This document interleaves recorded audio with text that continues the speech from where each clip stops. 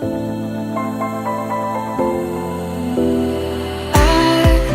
was wrong to say I wouldn't change a thing, 'cause in the story of our lives, the best of times through color glass, time rolls on enough to let me move on past, but every little now and then it creeps on back to shade my smile.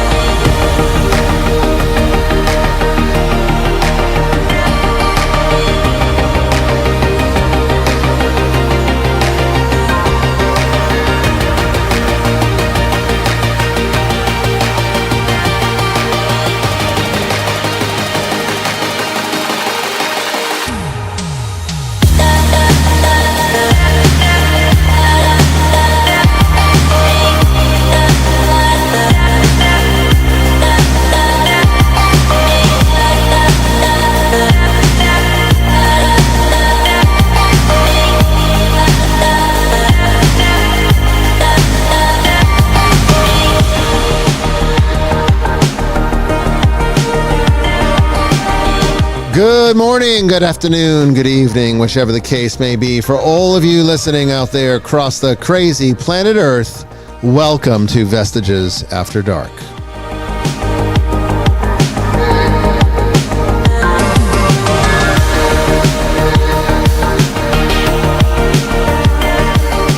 And I am your host, Bishop Bryan Willett, coming to you live from the deep woods of western Georgia on this May 7th, 2024.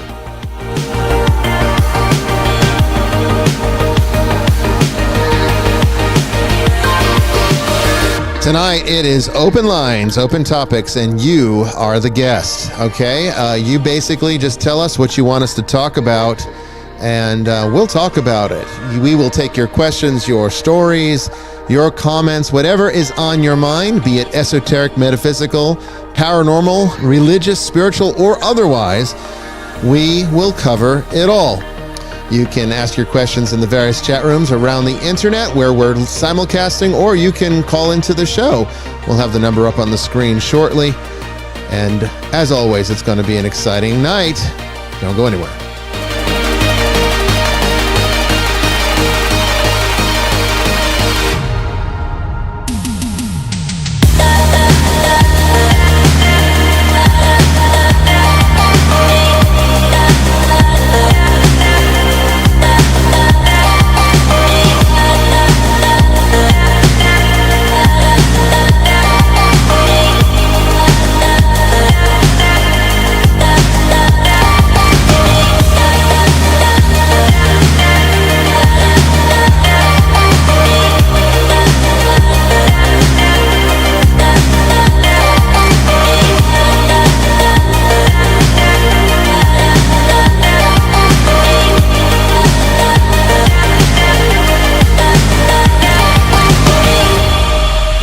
Everybody, welcome to a brand new edition of Vestiges After Dark. Once again, I am your host, Bishop Bryan Willett, here with my co-host, Jamie Wolfe. How you doing, Jamie? Hey, good evening, everybody. I'm pretty good. Great, fantastic. I want to say that this this simulcasting service is something else. Every time I've logged into it, I mean, it's a lot more stable than anything we had prior to using it, but however, yes, they keep updating it. These tech people keep updating it, and they keep breaking it every time they do so, and then they leave the non-tech people like myself to have to fix it, and I'm not very appreciative of that, but I was able to get it going here tonight, and we're starting the show off with 68. We're at 70. We're at 68 viewers, and that's unbelievable. That's not even including our audio-only listeners. And y'all should have some questions. You should, yes. But so by all means, make sure that you ask questions, because this is Open Lines, Open Topics. It's by far our most, requested show, our favorite kind of show. And we get into all sorts of rabbit holes, and we get into great conversations. And it's live, so you never know what we're going to end up talking about. It's live, it's just what it is, right? And I just want to thank all of you, all 68 of you right now, listening and watching live. And I think by the end of the show, we'll probably be well over 200 or 300. We've been doing that pretty consistently, and that's pretty good for live. I mean, it's not bad for a Tuesday night. No, it really isn't.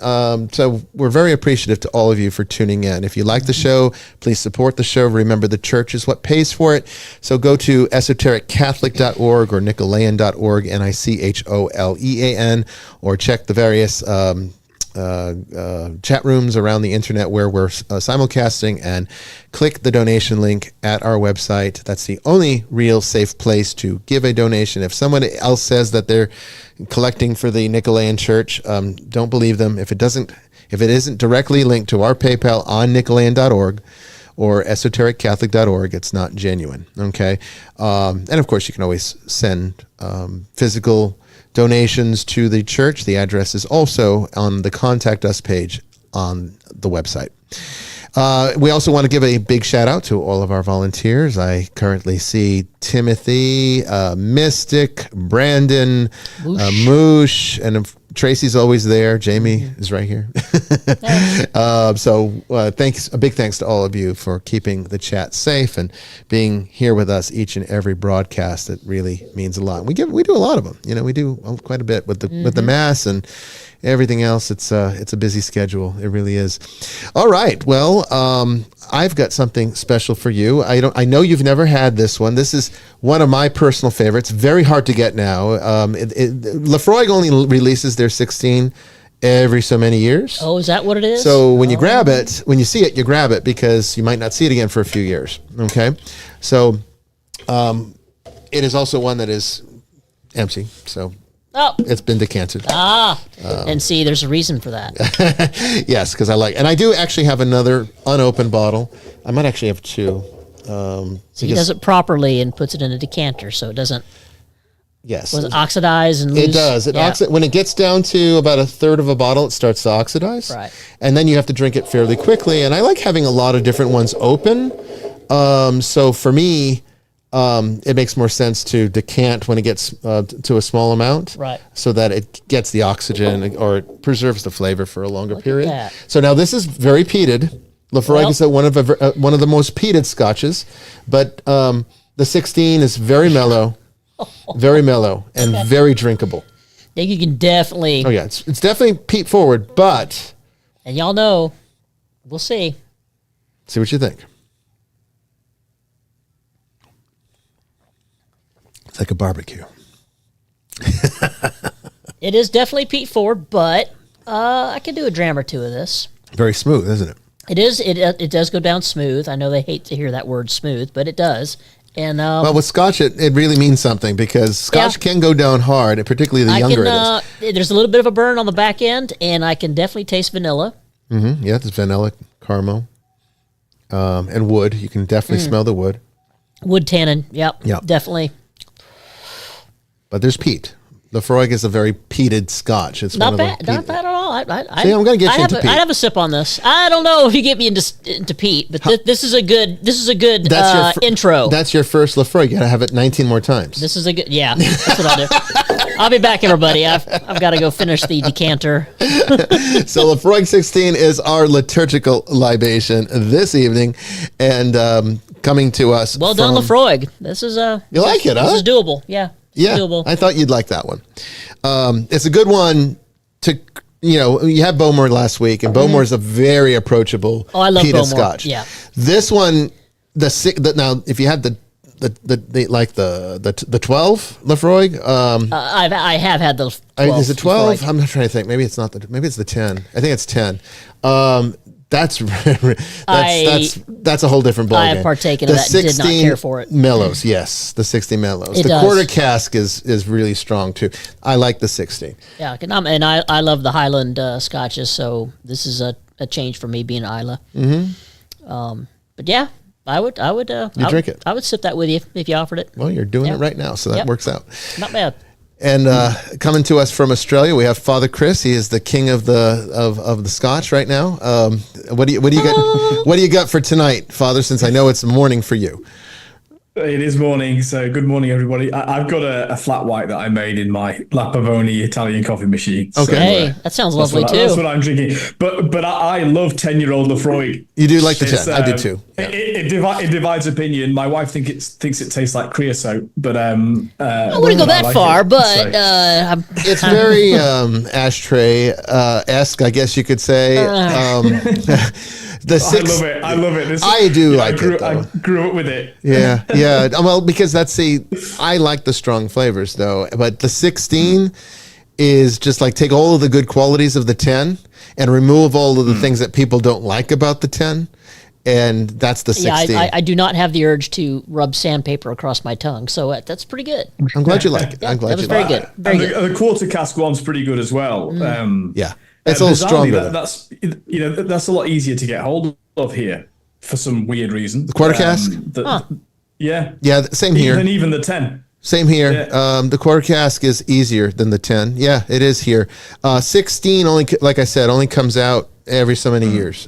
So when I see it, I grab a lot of bottles of it because I know I'm probably not going to see it again.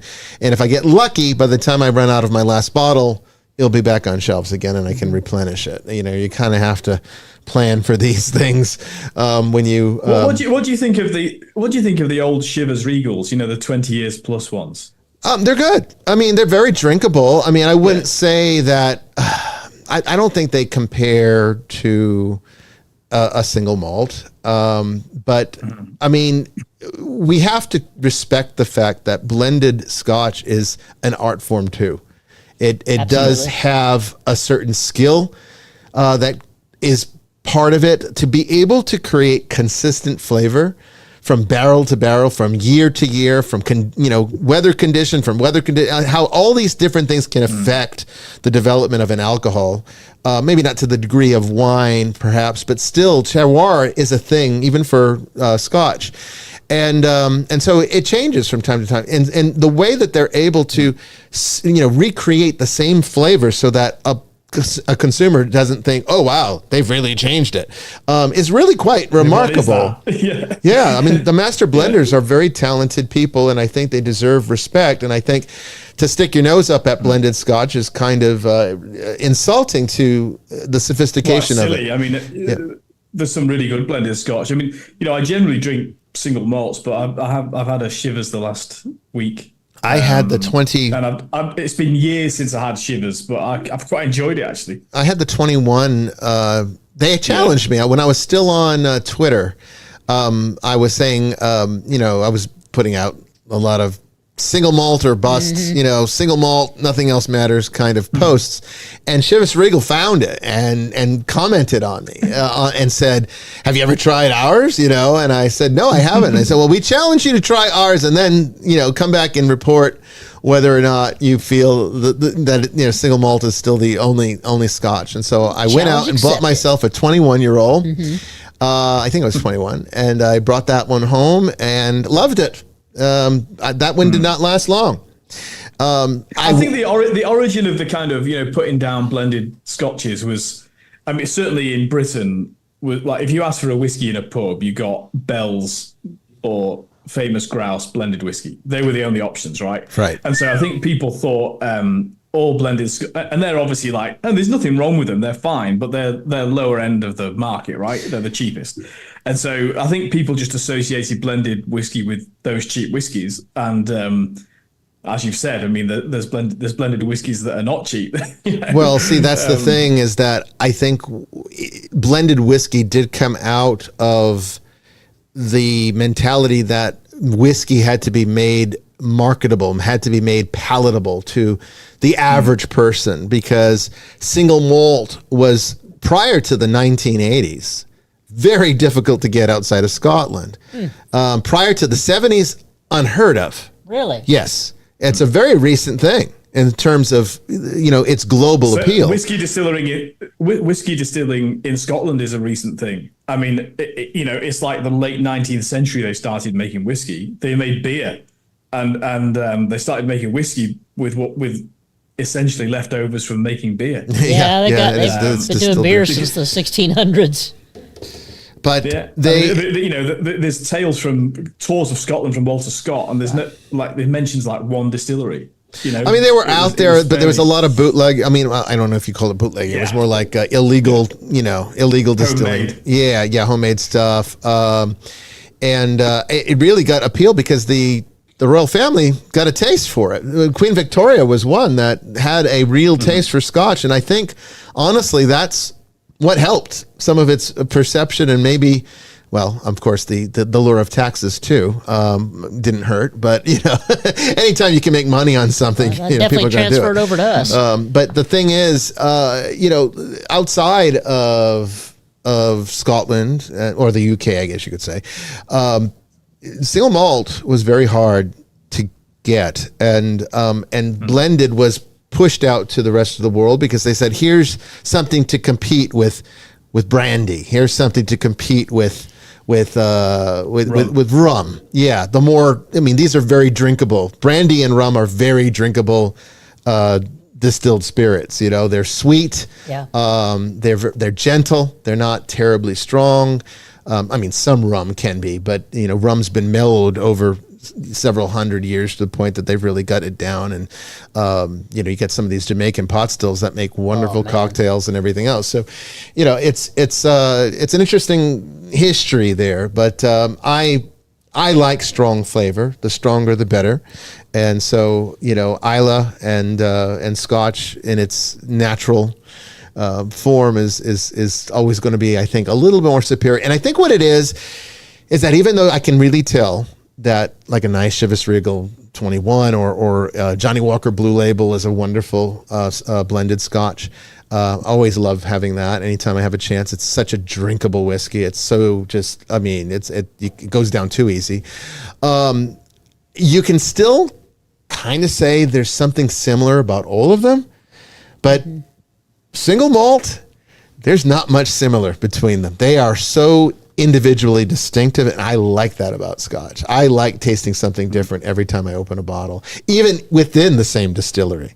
Like there is there's so much variation between Bowmer 12, 15, and 18, as you saw, and the 27. You did try the 27, but you didn't have them together. They use, yeah, the They cask. use sherry oak casks, or Yeah, Oloroso. Yeah, like, yeah. because even the big ones like Glenmorangie, you know, they've got so, I mean, they've probably got too many, but they've got so many different you know, variations within their theme. They do. But, I mean, one of the big differences is water. I don't know whether it's probably must be the same in America, but certainly around Britain, even from sort of town to town, the tap water even just tastes really different. Yeah, does. it's regional here. And in the northwest of England and in Scotland, it's all soft water.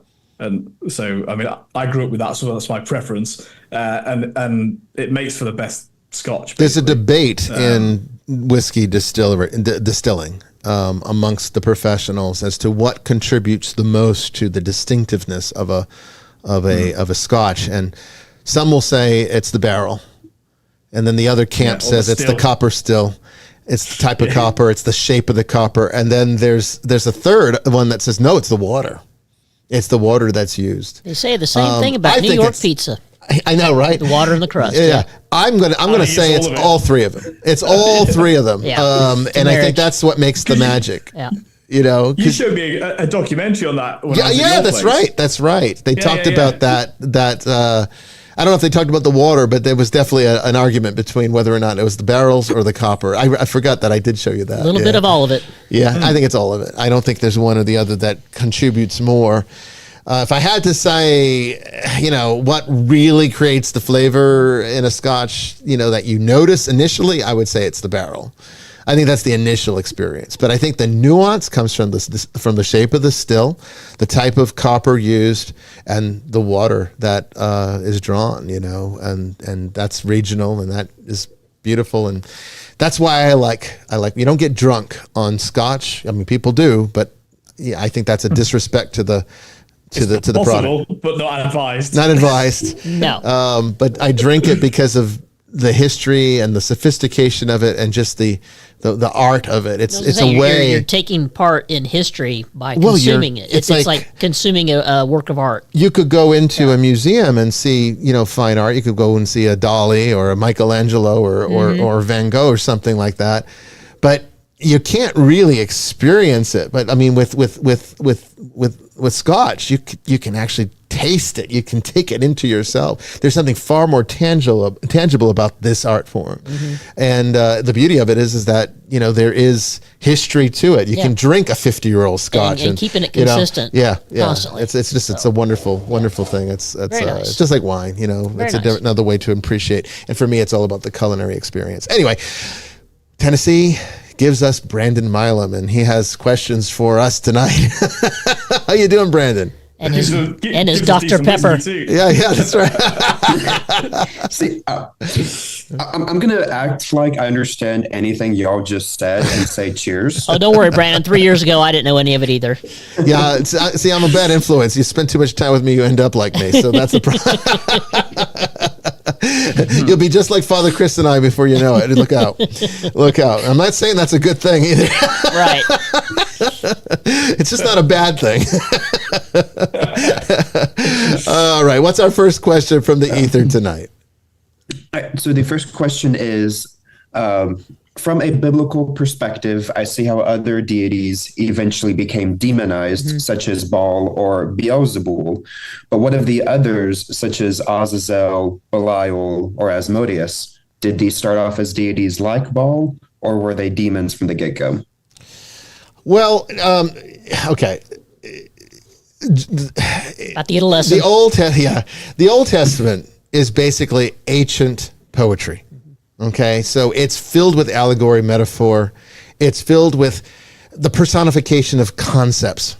We talked a lot about that last week, I think, and this is another example of that. So, did the Old Testament writers see these things as demons? No, absolutely not. Christian theology started to take that personification into its own concepts, and that's kind of where it starts from the vantage point that we tend to look at it as modern Christians. But in the origin points of these things, they were not, these were not necessarily deities like Baal and Beelzebub. These definitely were deities that were demonized because, well, let's face it, paganism wasn't very kind to Judaism, and so Judaism didn't really have any love for anything that had anything to do with paganism. So, this is what happens: is that you kind of demonize the gods of other religions around you when you don't agree with them. The gods of the old become the demons of the new. That's true, That's and from your class. It's true. And then in the case of these Canaanite gods, and where they were contemporary to the Jewish people, these were two very different religious systems coexisting at the same time. And while they were influencing each other, they didn't like each other. And so a lot of this comes from that. So a lot of these Levitical restrictions that you see in the Torah are actually responses to let's not be like the pagans are. So when you see things like prohibitions against homosexuality, when you see things like, idolatry, these condemnations have a lot to do with just cultural perception, as saying we are going to set ourselves apart under God. We're going to be better because we're God's people. So it's a little bit about how we look at it, but it's a very different motivation and very different understanding than the way we have it today. So when you get to things like Azazel and Belial and Asmodeus, these are concepts that become personified as concepts of evil or concepts of negativity. I think Asmodeus was derived from a mythological influence, some Jewish folklore, almost like a type of parable that's being told, where a concept, an evil concept, becomes a figure to tell the story. Azazel, we don't really know where how that originated. That origin has been lost to time, but it could have been an evil spirit, or it could have even been a evil location. It could have been an evil group of people, even. That just, we don't remember where that came from. Belial originates from, literally, it's the word for evil people. Or you might say it's a kind way of saying asshole. Honestly, it really is. It really is. Let me write that down. What we've got in the Old Testament is the kind of theological and philosophical assimilation of history. It's because even the so-called history genre books of the Old Testament are obviously through the lens of the Israelites. But I think, to give a sort of more contemporary example, what's also behind it is there may have been things associated with that type of worship, of pagan worship, which was worth condemning in the strongest possible terms. So, if you think about the conquistadors that go to the Americas, people, it's trendy now, of course, to say everything Christian's awful and pre-existing paganism was all perfect and wonderful. But what they were faced with was human sacrifice. And so as we've discussed on this show, if you actually go to Mexico, they're glad the Catholics came. That's true. And if you think about that, if there's a culture that's involving human sacrifice or throwing babies off cliffs or whatever it may be, then you would want, these days we'd have kind of some political outcry, or or if you're in America, you go and set up a tent in a university because apparently that changes the world. What you do in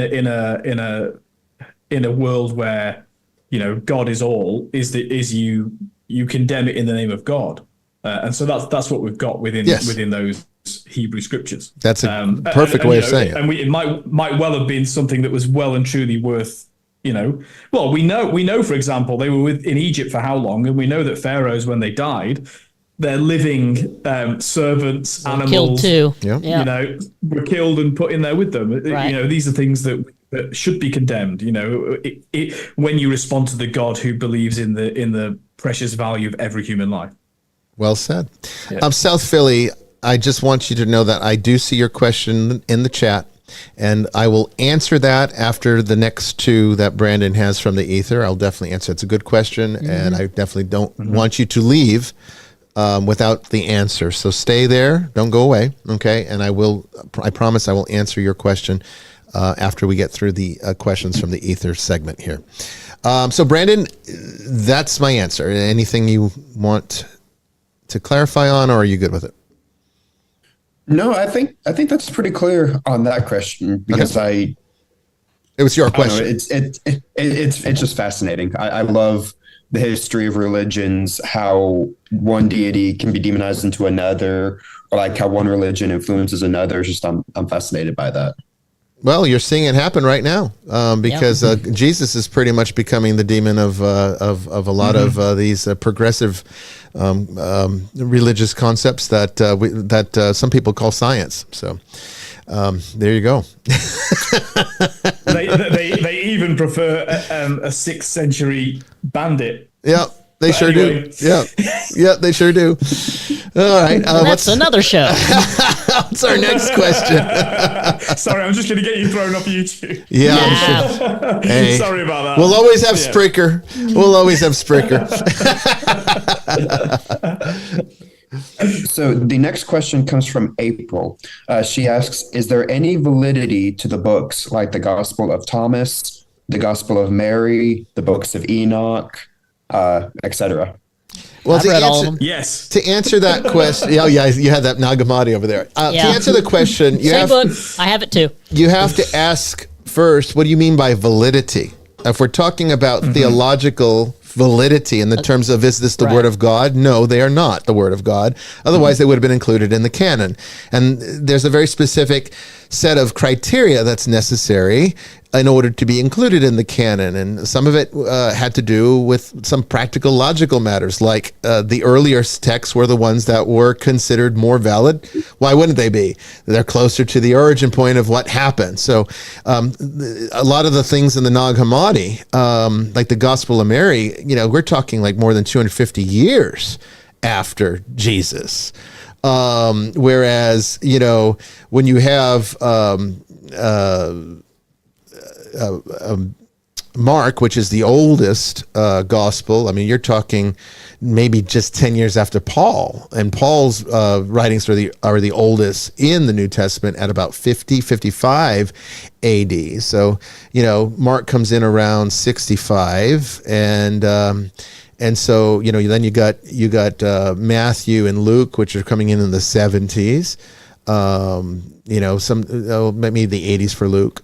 Acts of the Apostles in the 80s, because that's like the sequel to Luke, like literally. And then you have John, which is the most contemporary, I guess, at 95. Early 2nd century. Yeah. Late first, early second. But just because John's written down the latest doesn't mean it's the latest. Well, that's true. You're right. Technically, what you're saying is the latest. That's the word of God. I mean, what you're saying is John's the most recent in terms of the papyrus it's written on. Yes. You're saying like as far as like the origin of the content. the oral tradition is just It is is, just as ancient as and any of the I others. will argue, and people will get upset with me for this, but it's the truth. I'm sorry, it is. I've studied this a lot, extensively in my earlier years, and I can testify that this is true. But a lot of the reason why John differs so much from the synoptic gospels, because if you read Matthew, Mark, and Luke, it all is sort of tellings of the same stories. They're very much biographical. Yeah, very much so. But John is where it gets really esoteric, and who do we have to thank for that? It's the Gnostics. I'm sorry to say, but that's the part of Gnosticism that was maintained and accepted in the church. Not all of Gnosticism was thrown out, just the real radical stuff. Okay, and a lot of the Gnostic texts that we have that are found in the Nag Hammadi are actually more contemporary than anything that was considered in the canon. So as far as saying validity, if you're asking about Christian theological validity, then no, they are not valid. Even the Gospel of Thomas, which is probably old, that could actually be around the time of Mark. In fact, some people think it might be a derivative document of the original text that the synoptics derive from. And so, and the Shepherd of Hermes was nearly included in the canon. I mean, that was a serious debate at the council. It's not that they're not. I guess what we're in danger of mixing a few kind of issues here, because for Protestant Bible churches, they would say only things in their canon of Scripture, which of course is reduced from the Orthodox and reduced from the Catholic canon of Scripture. Right.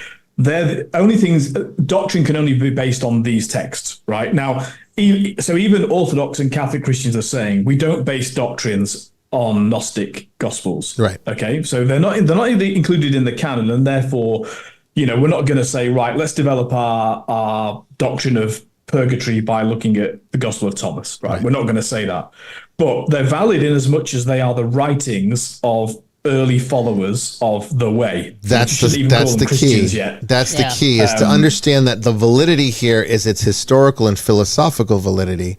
So as it gives us, you should read them, because it gives you an insight into the mind of the early Christian.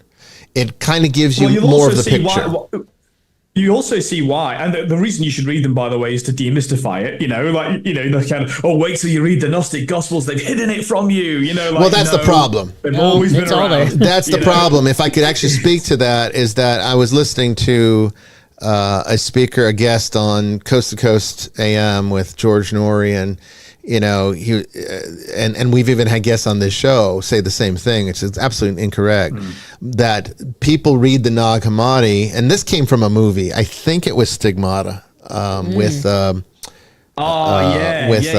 was with the medium there. What's her name? That's been a long time. Patricia Arquette.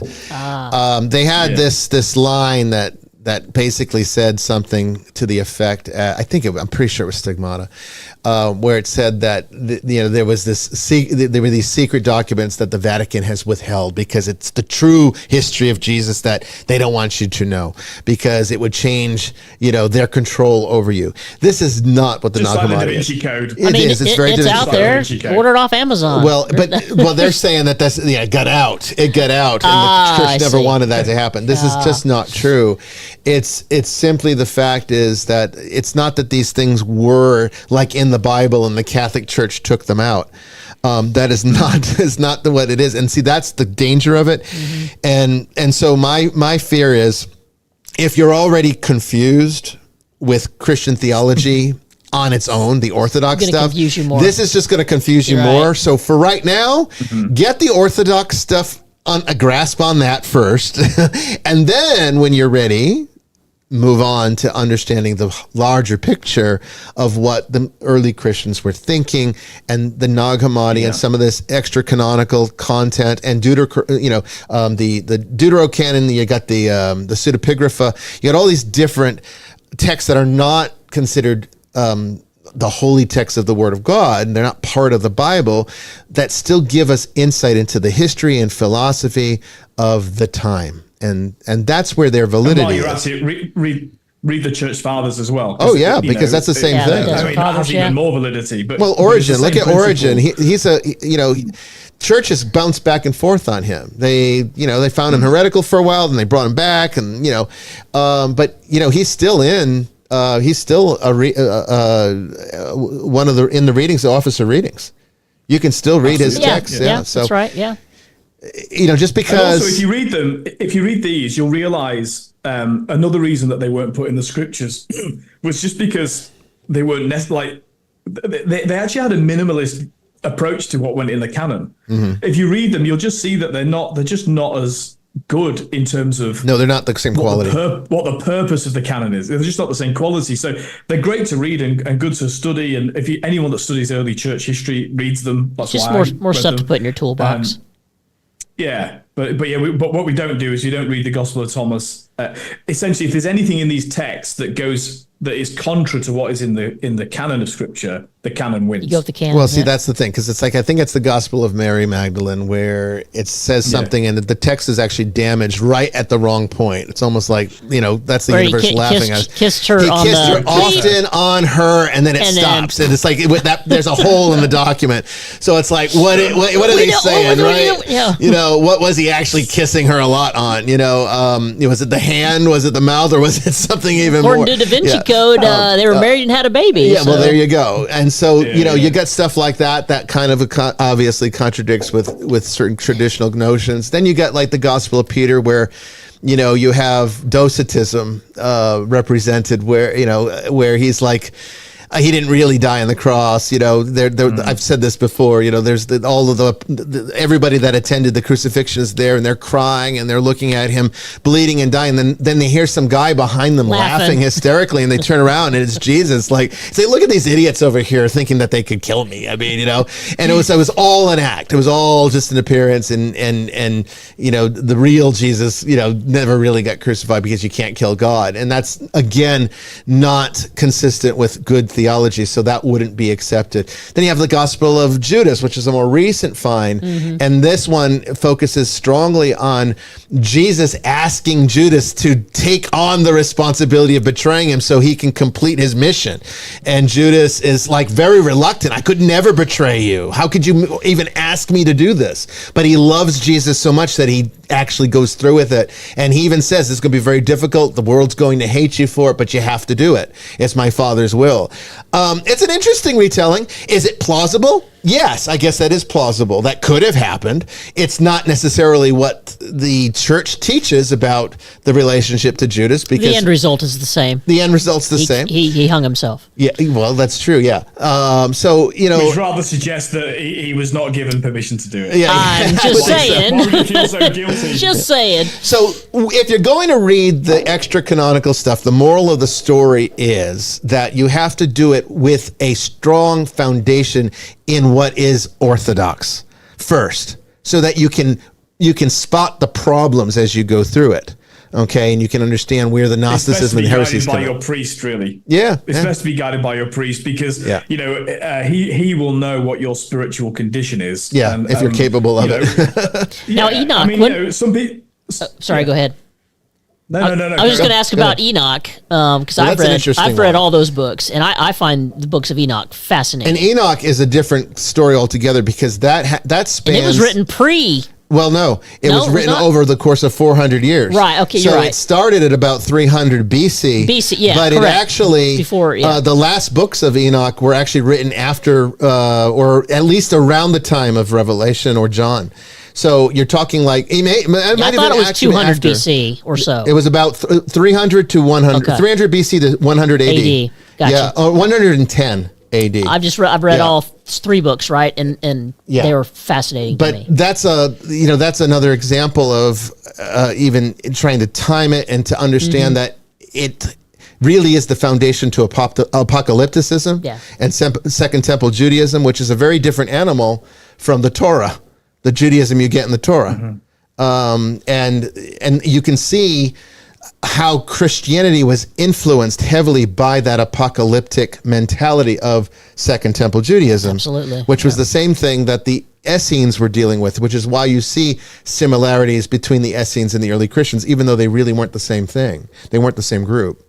Well, and probably part of the cause of that is I mean, and it's hard to know which way around this is, but that Jesus quotes Daniel, right? Oh yeah, At his trial. Yeah, You yeah, know, and Daniel's an apocalyptic book. very much so. I mean, what do you think of the theory that St. Peter is behind the Gospel of Mark? You know, that Marcus is essentially a scribe for St. Peter. The argument for it is that it is the earliest in terms of, and that it was widely circulated at a very early point in the development of followers of Jesus, which suggests that, you know, a big gun must have been behind it, and no bigger than St. Peter, and maybe St. James.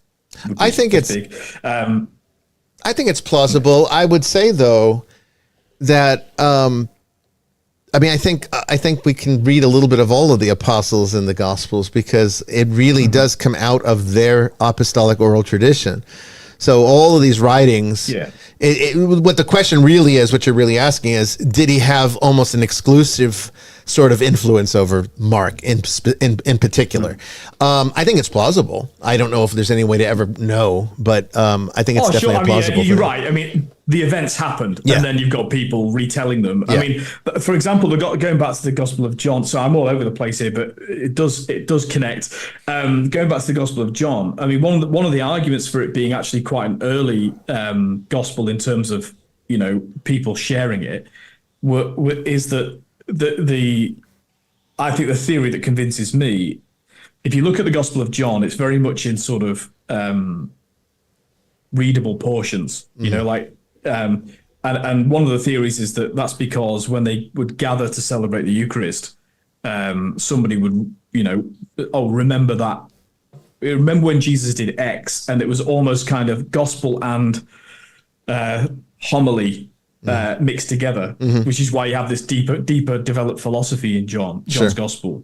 And so, you know, from the earliest celebration of the Eucharist, what ended up in the Gospel of John was being shared. Well, you know, it's also interesting too, if you want to look at just the actual text itself and look at it from a textual analysis point of view. Mark is the most simplistic. It's I wouldn't say poorly written, but it's the worst written of the four. And Matthew, if we can take the names and say that, you know, these are the actual people they were. Matthew was an educated man, tax collector, right? He would have had a privileged education. Luke was a doctor, right? So Luke would have been also a very educated man, and you know, Luke and the Acts of the Apostles are very, very well written documents, and John is also a very well written document. We don't really know who wrote John, and it's attributed to the apostle, but it probably wasn't, or maybe it was inspired by him. But Mark is the most simplistic. It's actually the most rudimentary, most ancient sounding. It's very basic. It has a false ending that was added later because it was like almost incomplete. It kind of ends like where, you know, what happens, you know, and so like, some scribe clearly didn't like the cliffhanger and went and added an ending there. You know, it's really kind of interesting. There's 3 endings. Yeah, that's true. Yeah, right. There is like 3 endings. Yeah, so it's plausible, I think, because Peter was a fisherman. I think he was a fairly wealthy man because I think his fishing business was probably quite successful, but I don't think he was necessarily a very educated person, not to the degree of Luke or Matthew would have been, or so it does hold some food for thought, I think. All right, let's get to the next one here, and I just want to say thanks to our currently 175 live viewers. This is fantastic. Thank you for joining us tonight on this Open Lines, Open Topics. Hang on, it could get interesting. It could. Even more. Who knows? You never know where we go with this. Nope. All right, what's our last one? So the third question's from Tiffany. Why do anniversary dates trigger people? Okay, this is more metaphysical of a question.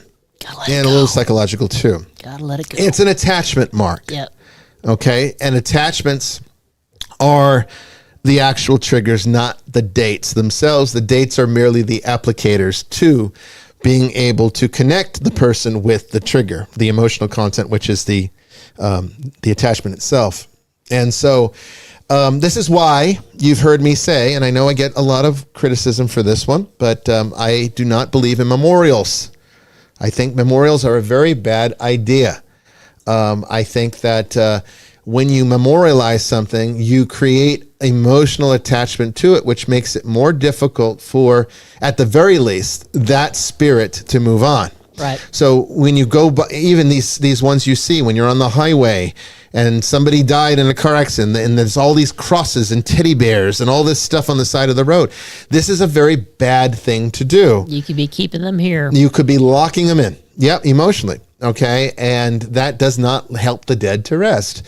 And you're doing this for selfish reasons because let's face it, they don't need that. You do. And you need to be able to work through that without hurting them or holding them here. And you can even create a memorial out of yourself. Some people create tattoos. Sometimes people create tattoos out of the ashes of the loved one. Oh, yeah, I've seen that. Yeah. Been to a party where it was done. We've dealt with this. Yeah. You know, and then sometimes it's just a matter of grief that does not resolve in a healthy way. Look, grieving is natural. It's I would say almost essential. You know, it's a healthy part of the grieving process or the process of coming to terms with the loss like that. But it is not healthy to hold that in a way that continues on forever. Okay, to hold it on through, you have to be able to emotionally move on. Doesn't mean you forget them. Doesn't mean that you love them any less. Doesn't mean that you still don't think about them from time to time and you still feel the loss when you do. Well, it's a harsh reality, but memorials don't honor the dead. They comfort the living. Yes. And it's a harsh reality. We've all been there. We've all done it. I learned after my near-death experience that people I loved and cared about, after they died, I didn't mark their date of death. I would always go back to when they were alive and think about good times we had. Yeah. Because it's just not healthy for anybody. No, it's not. It doesn't help them, and it actually creates Grieve an and let them attachment go. point for you. And see, that's the important thing. When we talk about in the paranormal, demonic attachment Right. or spirit attachment, people think that just means that a spirit has latched onto you, that they're attached to you. It does mean that. But what people don't understand is that it works both ways. Okay, you can attach to a spirit in the same way. And so when you hear somebody say that, honestly, and I know we've had guests on this show that have said this, you know, and it's not appropriate for me to interrupt their show to call them out on this, but it's not a healthy thing when people say that my parents are still with me. I know they're still here. Oh, well, why aren't you doing something about that? Yeah, you actually don't want them to You still be don't here. want them to be here. You should you should help them to move on. We've had clients, we've mentioned this before, where we would, through the investigation, figure out it was a relative that had passed on, and then they want us to stop the investigation. And we'd be like, well, we need to move them on. We can do it. No, I want them to stay. Well, then You we know, can't it's help you. grandpa. Then we can't help But you. it's not grandpa anymore. And that's the thing. And let's qualify that so people can understand where I'm coming from with it. Spirits, there is this misunderstanding that exists out there in the realm of the paranormal. It comes from Plato. Thank you, Plato. You know, thousands of years of this shit. Dude. And we can't get beyond it. That spirits are immortal. They are not immortal. Okay, spirits die, just like bodies die. Okay, and a lot of this comes with the reverse in semantics. You know, because in the ancient world, what we call or how we use the word spirit was more like how they used the word soul back then, and the way that they used the word soul was more like spirit. And that creates the confusion. We've talked about that before. You just have to pick one semantics and go with it. And I've picked one that kind of goes against the ancient Greek because the contemporary understanding is more in line with this. But essentially, the incorporeal part of a person, their spirit, or an animal too, they have spirits as well. They do not last any more than the body lasts. They just decompose differently and over a longer period of time. The body breaks down much more quickly because it's denser. The spirit is more ethereal, so it lasts longer, but it still is breaking down. And that spiritual degradation is what I call it, happens when a family member holds on to the loss of someone. Usually it's either a parent or a child, More often it's a child, but it can be a parent too. Oh yeah, absolutely. They will not let them go. And what that happens is that spirit stays around because it's attracted to what's familiar when it's in that state of fear. And it's not moving on. It's not doing what it's supposed to do. It's staying latched on, and in that emotional energy that's being sent out by the living person is what they're latched onto. That creates the attachment on both sides. Okay, and that spirit slowly degrades. It's like keeping a corpse in your closet, or your wife dies and you just leave her in the bed. Come back 2 or 3 months. It's not going to be too pleasant, and if you did that, people would think you're like Norman Bates or something, like you're sick. But we're doing that with spirits. But because spirits don't stink, and because spirits are largely invisible to the average person, no one cares. No one even thinks about it. But it really is a big problem. It's what we deal with on a regular basis.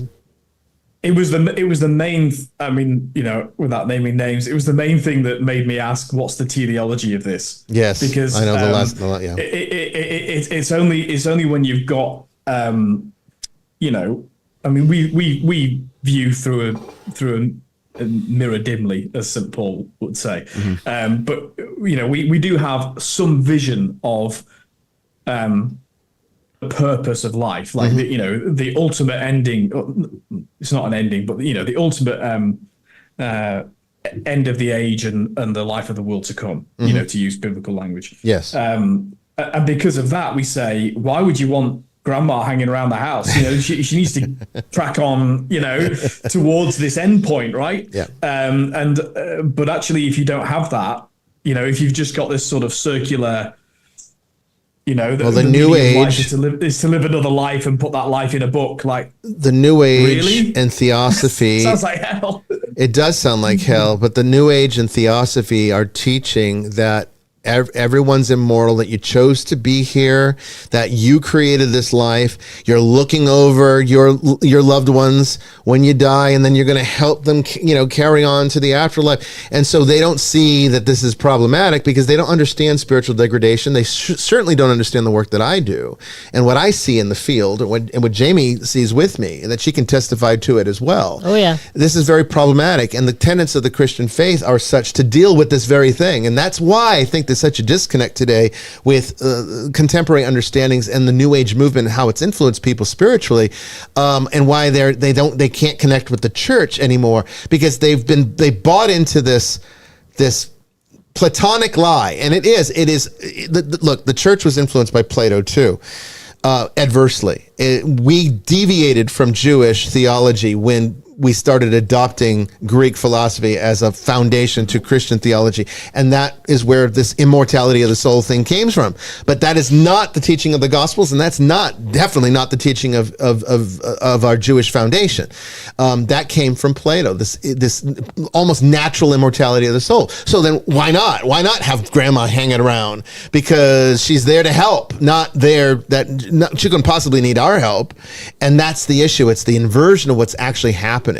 And because and in our current age, that's been joined to the movement of hedonism and voyeurism. It is like you're right, because it goes really nicely with that, and that's why even though New Age kind of starts in the 60s and all of that, in a sense they were riffing off an understanding of Christian or living in a Christian culture. Yes. Now what's happened is the Christian culture's vanished. Or rescinded and loathed, and they've got we've joined that with kind of Facebook, Twitter, and the voyeuristic tendency of our culture and the hedonism that goes with it. And so it's kind of like we're viewing ourselves as fish in a tank. So we can record this episode of Fish in a Tank so that we can come back and then live as fish in a tank and remember our time as fish in a tank. Like it just, for me, that's why I say, really, it sounds like hell, because it just sounds like doing the same thing over and over again. Well, I would add that this whole thing with attachments also, they don't have to be dead. They can be alive. Yeah, you can have a broken relationship, a broken friendship. The same consequences can happen. Grieve it and let it go. It's going to hold you back. Well, even in the, talking about how the New Age and theosophy has distorted things, they've about also made, I noticed this with a lot of the more New Age people that we sometimes talk to, or people that have been very influenced by New Age, which unfortunately a lot of mediums have been. Most of their worldview comes from theosophy in some form or fashion. They've also made reincarnation out to be this great thing. The religions that have reincarnation, where we get reincarnation, do not see it as a good thing. It's to be transcended. It's something you need to overcome. It's an obstacle. For Buddhists, it's the ultimate obstacle. Reincarnation, if you come back, that means you failed. That means you got to do it again to get it right. And how many ever times it takes.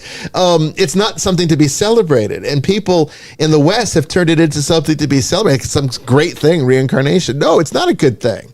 And so, you have to understand how the New Age, and this is why I don't talk kindly about the New Age. Okay. I'm respectful of people that have adopted it, because I understand that there is a deception there. And it's not because, I'm a Christian. It's like, oh, be careful. There's a deception of it. No. Any Buddhist would tell you the same thing. They would not be happy with the way theosophy has distorted their own religion in the same exact way. And that's problematic, and that's where some of these issues come from. So we're going to take a break here. Now, South Philly, don't go away. I'm going to answer your question. The question is, I went through RCIA as an adult, but never had a confession before being confirmed. Is my Catholicism valid? Find out when we come back. Don't go away.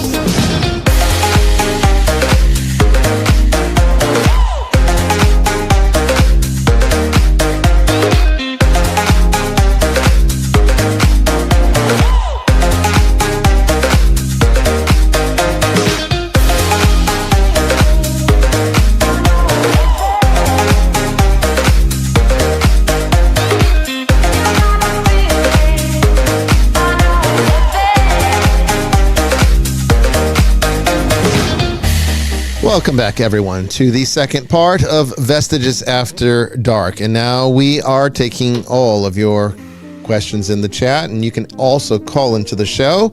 Talk to us directly at 718-362-6380. That's 718-362-6380. Remember to enter PIN number 855-4111. That's 855-4111 to be placed into the queue. No question is off limits. Okay, no subject is off limits. We'll talk about whatever you want, whatever's on your mind. This is your show tonight, and we love to hear from you, okay? So call us or ask in the chats, and our moderators will get those questions over to us. When I come back here, I'll answer South Philly's question.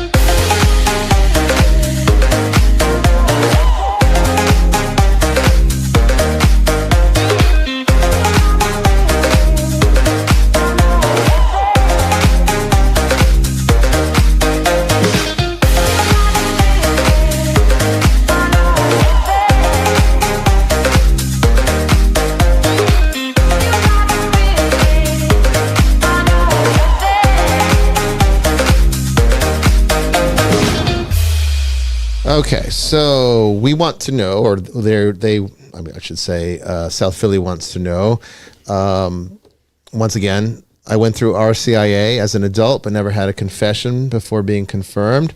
Is my Catholicism valid?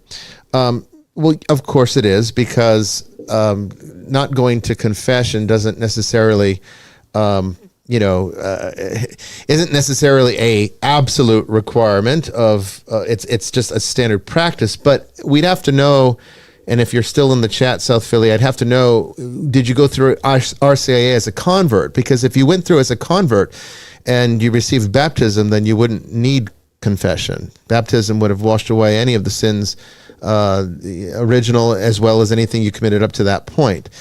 So yes, but either way, your Catholicism is valid.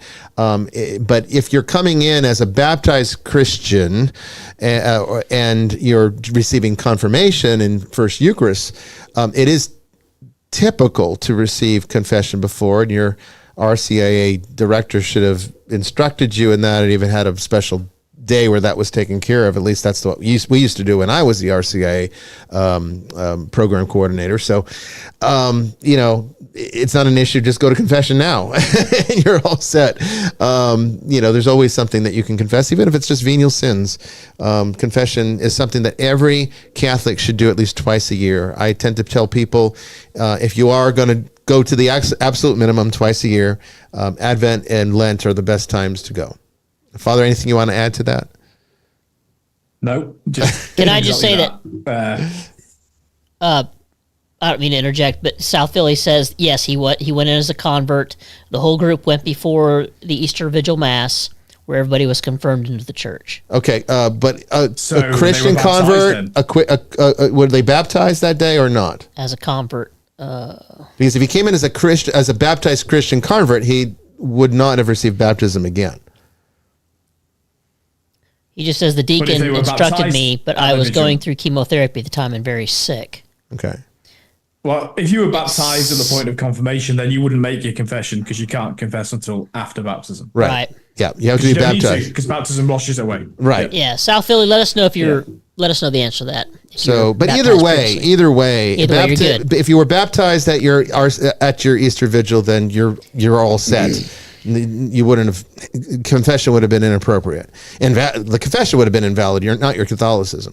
But if you came in as a Christian convert who had already been baptized in another denomination, then it would have been normal to have received confession beforehand. But And it doesn't that's invalidate. what I was. Yeah. It doesn't They've just invalidate. said they were never baptized. So what happened with you was absolutely correct then, South Philly. Because if you weren't baptized, then you'd be prepared the same way as everyone else in RCIA, but you wouldn't go to confession because the baptism deals with that. So what they did was absolutely by the book. So you're good. But But even if it wasn't by the book, you'd still be a Catholic. Okay, so never baptized. Okay. Well, Yeah. wait. If they're saying I was never baptized until, or are you saying you weren't baptized after the RCIA? Oh, that yeah. If You you're could take that baptized both ways. at all, then you. So Then you're when not- were then you you're not. baptized, South Philly? That's the way to answer this question. Let's just settle it that way. When were you baptized? Were you baptized when you came into the church, or were you baptized after RCIA? Because that will help us to better answer your question, I think, here. Because there are converts that come in who are not baptized, and then there's converts that come in that are, and the church recognizes most Christian denominations as valid baptisms. There's just a few exceptions where, they're usually the more outlier churches. I can tell you a funny story about that while we wait for the catch up on the feed. Yeah. Normally, what happens is, Catholic, Anglican, Orthodox assess whether other baptisms were done validly, and to be valid, it's got to be done in the name of the Father and the Son and the Holy Spirit. Amen. Right. And actually, you have to use the word I, not we. I baptize you in the name of the Father and the Son. And the Holy Spirit. Yeah, there was a priest that said we once, didn't they? There was a priest that said was saying we, and all of their baptisms had to be redone, including people who'd gone on to become priests. Oof. Oh. So that's a real mess, right? But this is the funny story. Yeah. There was a Catholic priest, Roman Catholic priest in Queensland, who was baptizing people in the name of the Creator, the Redeemer, and the Sanctifier. And because these are kind of synonyms that people use that I don't think they should, but there are some churches, Father, that baptize in the name of Jesus. Just say, I baptize you in the name of Jesus. Not because valid. In Acts the Apostles, it says, and many people were baptized in the name of Jesus that day. And so again, literalist interpretations can sometimes lead to error. But South Philly clarifies, I was baptized and confirmed and received communion all in one at the RCA. Then you are good. That's exactly what needed to happen. You could not receive confession before baptism because it would be invalid. You need baptism to receive to receive the sacrament of reconciliation, and 2, baptism removes all of your sins. So you are good to go. Everything I is just valid. hope you're making confessions after baptism. Yeah, confession comes after, and that's what confession exists for. Because you can't get baptized the second time, even though people think they can. They can't. If you go and try to get baptized again, a second, third, or fourth time, you're basically taking a bath and you're diluting yourself. Those are invalid baptisms. They don't do anything. Or you could just go be a member in a different church. But what they're doing is not baptism because you've already been baptized. So you can go. The Manichaeans do that, right? They're the ones that keep baptized. So go join the Manichaeans. You can get baptized several times a day there. Baptist churches do it now. I know they do. But unless you think we're being sort of strangely traditionalist or what have you, read the creed. We believe in one baptism for the forgiveness of sins. And even Paul says one baptism because there's one death on the cross that saves all. You don't need it more than once. You can't take it more. It's not, but it's not required. It leaves an indelible mark. Okay, that's the important thing. Is certain sacraments leave an indelible mark. Certain sacraments don't. Reconciliation and Eucharist do not leave indelible marks. That's why you receive them more than once. Unction does not leave an indelible mark. Matrimony does. Holy Orders does. Baptism and confirmation, they do as well. So, but the reason you can receive Eucharist, reconciliation, and holy anointing or unction more than once is because they don't leave indelible marks.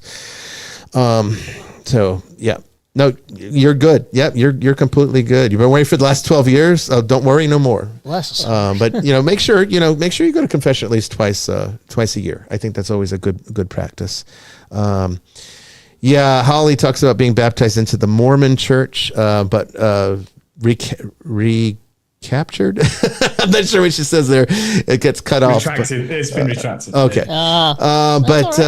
Yeah, Mormon baptism is not valid baptism. I hate to say it. It's not in the mind of the Nicene Creed or the Fathers of the Church. It's something completely different what they're doing. That's not baptism. And the church does not accept Church of Latter-day Saints or Mormon baptism as valid. If a Mormon were to convert to become a Catholic, they would actually receive a genuine, valid baptism after RCIA. I think Holly's in Australia. I think she's just put, I was baptized as a Mormon, but rebaptized into a Christian church. Of course, we would just say you were baptized in the Christian church. Yeah. And Mormons did something else. That's right. Something else. But that's what it is. I mean, you have only had one baptism, one valid baptism. Rebaptized. Yeah. Okay, so no, you were not rebaptized. You were, when you received baptism in the baptized. Christian church, that was when you received baptism. What you got from the Mormons was something different. And that's because it's not done. Remember, for a sacrament to be valid, it has to have valid matter, valid form, valid intent. Okay, so in this particular case, for baptism, valid matter is the water. Valid form is I baptize you in the name of the Father, Son, and Holy Spirit, the Trinitarian formula. And valid intent is to do it with the mind of the church, which is the mind of the fathers of the church and what it means to the church. And Mormons are not doing it with the mind of the church. They are doing it with a completely new understanding. They do this baptism for people that have died. This post-mortem baptism. I mean, they do some pretty strange things, and they make a lot of money doing it too. It seems because they got a lot of money.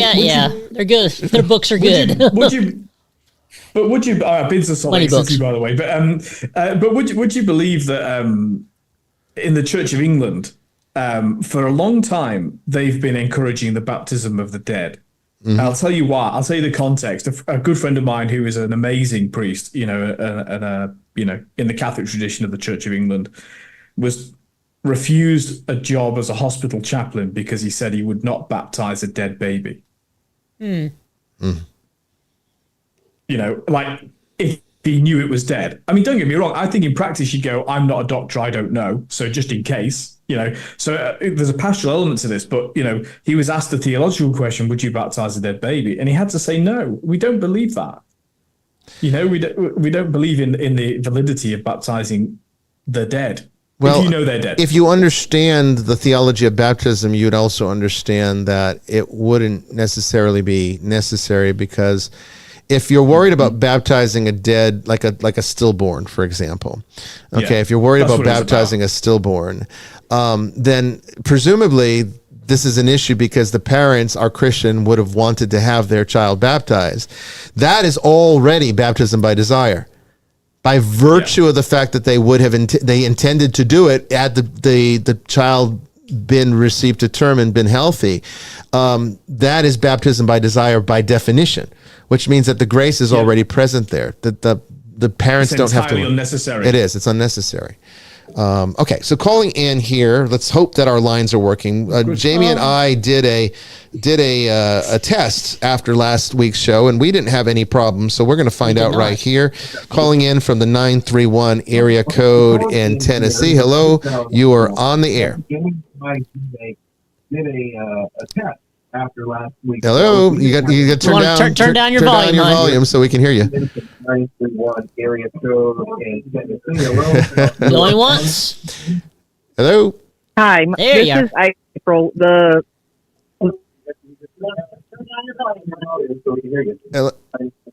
is April. Go ahead and turn down your volume because we're hearing the last 20 seconds. Can you hear me? Yeah, I can hear you. Can you hear us? Hello? I think she said it was April. Yes, April? It's April. The phone lines on my end are really bad. Okay. Can you hear us?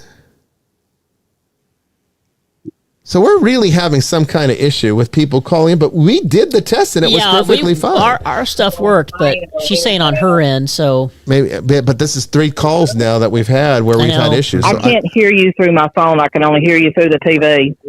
All right, so weird. I don't understand what's going on. Let me try this. Let me try.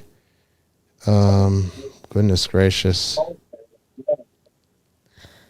I do not understand. We can hear you really well. Yeah, we can hear. Do you want to try asking your question? Yeah, go ahead and try to ask your question, and then I don't understand why it's doing that. Go ahead, April, and ask your question. Just going to wait 20 seconds to hear it. Yeah, I can ask my question, then I'll just hang up and There we let go. you guys answer it. Thank you. Bit of a delay. So my question is that during a paranormal investigation that Brandon and I were doing, we were hosting a group of amateur investigators, and we were doing the Estes method. And during the process, I was asking questions, and the person who had that was blindfolded and had the headphones on kept saying "kill," and I was asking them "kill who," and they kept saying "kill you." And so I asked this question like 3 times, and they kept saying "kill you." And so my question is, if there's something threatening me, for example, during an investigation, I know you said a lot of times the entities we encounter are on like projections or inner demons. So would this be an example of that, or would that be something else? I mean, you know, it could be, but I would not necessarily. There's so many variables that could be at play with a situation like what you described. There's no like one specific answer that would, you know, definitively say that this is what's going on. You know, the problem with paranormal investigation is that you're putting yourself into a vulnerable position without any of without knowing what you need to protect yourself against whatever you could encounter there.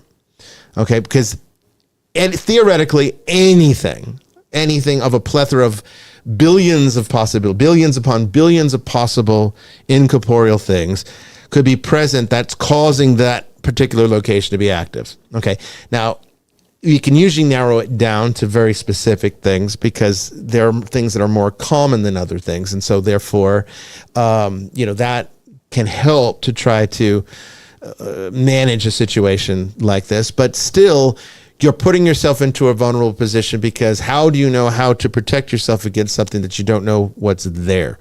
So the real issue is when you are doing some kind of experiment or test or you know, using some kind of equipment or method to be able to communicate with things, what is it that you're actually picking up? Now, I've maintained for a very long time, going back longer than paranormal television was on the air.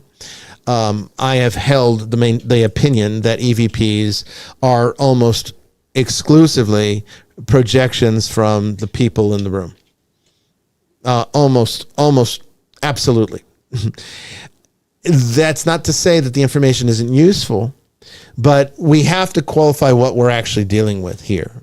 And the reason for this, and the reason I came to this conclusion, is that many times I was able to actually have a conversation with myself. And try it. If you want to do an experiment, this is something that you can try to access, because once you know how to do it, you'll find that this is what you're getting most of the time, is that a lot of times you're talking to an audible mirror. You're putting out subconscious energy, and it's getting reflected back at you in the static that's being picked up in these lower frequencies that we call EVP. And so a lot of times the answers are responding to what's already happening in the subconscious mind. So it's a type of invisible Ouija board almost. But that's not to say that these things can't be manipulated by various things in the room. And so if there is something malevolent there, that malevolence can influence and affect the individual that is having the experience. Okay, so that's one thing. Can I just sort of develop on what you just said about you know, people don't know what they're exposing themselves to, just by way of comparison to how you know, I know you approach it, and certainly I do. I've done several exorcisms of people as a priest. You know, at least 2 of which I believe were fallen angels. But I've also done, you know, I mean, I don't know how many exorcisms of places, minor exorcisms. Oh, yeah. Before every single one, I go to confession. I pray the offices. I fast. You prepare yourself and spiritually. I have a a group of people who are praying for me prior, during, and following that experience. And then, of course, I have a weekly mass at least, or if not a daily mass. So all of that preparation goes into when we say they don't know how to protect themselves, or they're not necessarily protect themselves. That's what we mean. Like, we do it.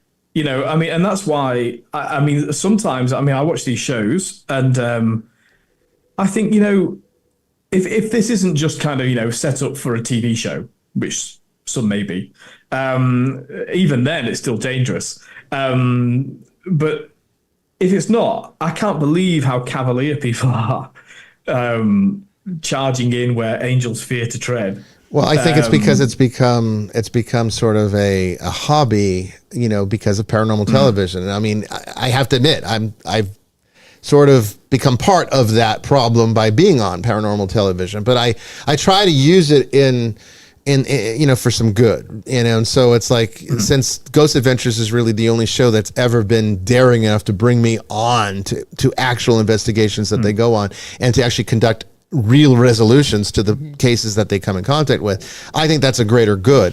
Do I still think that? I'm not against it at all. Yeah. I'm not against. I love those shows. I am a little against it. I'm a little hypercritical of paranormal investigating, just because 9 out of 10 times when we have a case where people come to us and they have a real, like, the shit just hit the fan and I need your help right away.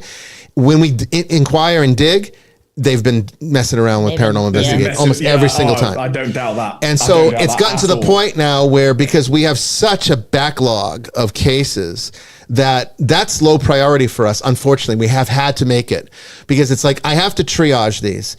So the ones that take precedence are the ones where people are under some kind of malevolent attack and they didn't do anything to ask for it. I'm not saying that people going in and doing paranormal investigation are asking for it, but they by now they should know the risks involved in that and be willing to accept. If you're going to do it, fine. I'm not going to say don't do it, but I am going to say, make sure you do it and you understand the risks, and don't expect that people are going to bail you out if the worst case scenario happens. A lot of things, if your devotion to paranormal investigation trumps your devotion to God, you're in trouble. Mm-hmm. Or becomes a replacement for it, in which I see sometimes. You don't go to church, but you do all of these kind of exploration of spiritual matters. Yes. And you need to get your priorities. I mean, who are that group of the Tennessee Wraith Chasers? I watch them. They're nice, the ones that pray before each investigation. Yeah, they pray before. One of them. They're a decent, I can't understand. They're a decent group of guys. But I don't know anything about them. Guys. But they very explicitly are Christian, right? And then they pray before every investigation, which I'm actually surprised the network put up with. Hey, April, I don't know if you can hear. I did a different setting. Can you hear us now on your phone? If you're still there, I've got you. I still have you connected, and I'm hoping that you can hear us now. I tried a different setting, and I just want to see if that actually fixed the problem, because I did change settings when this problem started. I can still hear you, but it's still cutting in and out, I think. It's still cutting in and out. Yeah, okay. How about now? Is this better or worse? Is this better or worse on your phone? But it's still cutting in and out. It's sounding like it's not helping. Okay. No. All right. It was worth a shot. At least you get to answer a question. Yeah. So I think that answers the question. Do you guys think it did? I think you covered it pretty well. Okay.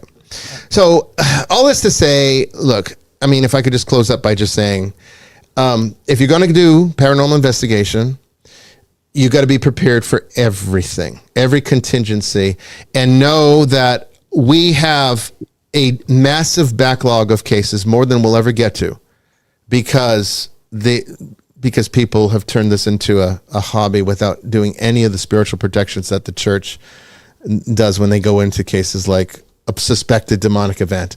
A lot of what, you have these Vatican exorcism training programs that, they put on for the various priests that become exorcists around the world in the various dioceses. And the majority of what they're being trained in is assessment, no question about that. But they're also being trained in how to prepare, what you do to be able to go in and actually face these things and successfully confront and eradicate them. Now, granted, the church isn't going into haunted houses typically. Essentially, if there's a haunted house, what they'll do is they'll just send the pastor, or the pastor will send a priest over there they'll do a house blessing, and that's the end of the story at that point. But the church is typically only getting involved, the Roman Catholic Church anyways, typically only getting involved in actual demonic cases that have been confirmed. We're a little different because we do more than just that, and much more of what we see is of the other kind, not the demonic, but again, unrested spirits, malevolent spirits, but not necessarily demons. And I know a lot of Christians don't even think that there's such a thing as a distinction there. There is a distinction. There's a big difference between what we would call a fallen angel and a malevolent spirit. All angels are malevolent spirits, but not all malevolent spirits are fallen angels. And see, that's the problem. Fallen angels, I meant to say. Sorry. So yeah, I mean, I can't tell you. I can't. Getting a negative message like that with EVP or spirit box communication, I can't really say, if that's something malevolent in that area that wants to attack you, or if it's just your own fears creating a thought form to mess with you. I would lean more towards the latter, because I just know how our subconscious minds work, and they're nasty sons of bitches. But the remedy's the same regardless. It is the same, but it's important to understand that my background. For April, Yeah, right. But my background is not religion. My background is psychology, and the entire DSM that every therapist and psychologist and psychiatrist around the world uses, or at least in the APA, right? Anything that's associated with the APA. All of these illnesses come from people's subconscious minds fucking with them. Okay? It's just, we call it mental illness when it comes in and presents itself as a mental problem like anxiety or depression or whatever. But in the end, that is your subconscious mind pushing through negative self-talk, lowering your self-esteem, making you feel bad about yourself. That's the Yetzer Hara. Okay. Sometimes that gets externalized, and all of a sudden now you've got a demon attachment. It's still your subconscious though. And so I am more inclined that, the subconscious is actually more dangerous than a demon, more dangerous than a fallen angel, because you're carrying around that all the time, and it's working completely independently of your better judgment and your conscious awareness. And so therefore it can be very seductive. And if you don't have a good grasp on that, it could be problematic. So I would just say that you probably have either repressed or subconscious or even unconscious fears relating to the paranormal, I would say. And those things, if there are any, even if you're not aware of them, because I think most people do have a natural uneasiness around paranormal activity, I would say that it very likely is your subconscious mind reflecting back that fear and turning it into a little thought form to torment you. And yes, those things can actually become true spirit attachments that do require extraction. Yeah. Eradication. All the time. Yeah, we do that all the time. But we've had to become more selective because, like I said, there's sometimes this happens to people without without looking for it, and there's sometimes it happens with people that are playing around with things that they're not really prepared to deal with. And I'm not saying that you're doing that, April. I'm not. I don't know, and I'm not going to comment on what I don't know. But I will say that, as a rule of thumb, if paranormal investigation is something that you want to do as a regular activity, you have to, as Father Chris said, you have to have some kind of protocol in place for how to prepare yourself for every contingency, every possibility, because eventually the law of large numbers is going to get you. And statistically, eventually you're going to come in contact with the wrong energy that you won't be able to deal with. Then the more you do it, the more at risk you're at for it. It's kind of like, look, it's kind of like riding a motorcycle, driving a car, yeah. Or drive. Well, I like it more to a motorcycle because a motorcycle is like inherently dangerous if you're not careful, if you're not taking the precautions. You can get into your car. All right, most of the time, if you don't wear a seatbelt, nothing's going to happen to you. If you got into an accident, it might not go well, but most of the time, you're probably going to be okay. Okay, but in a motorcycle, if you're not taking those precautions, you're dead.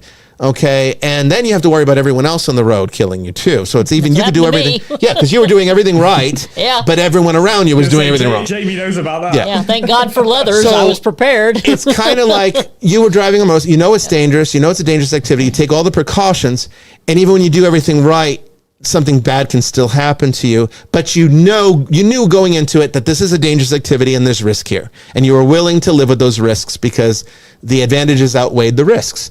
And I think a paranormal investigation and ghost hunting is like that. So for the GAC, the ghost, the ghost adventures, Zach Bagans, and I think they know the risks, and I think they're willing. I think they feel that the benefits outweigh the risks, and certainly financially they have been, because the show's very successful and they've all made very good careers out of it. April does follow up by saying this happened a few years ago, and since that time, she has learned a lot more and does prepare and protect herself. Good, better. and that's important. So, very good. Very good. I will go ahead and actually add to this, because I was there during that time she's talking about.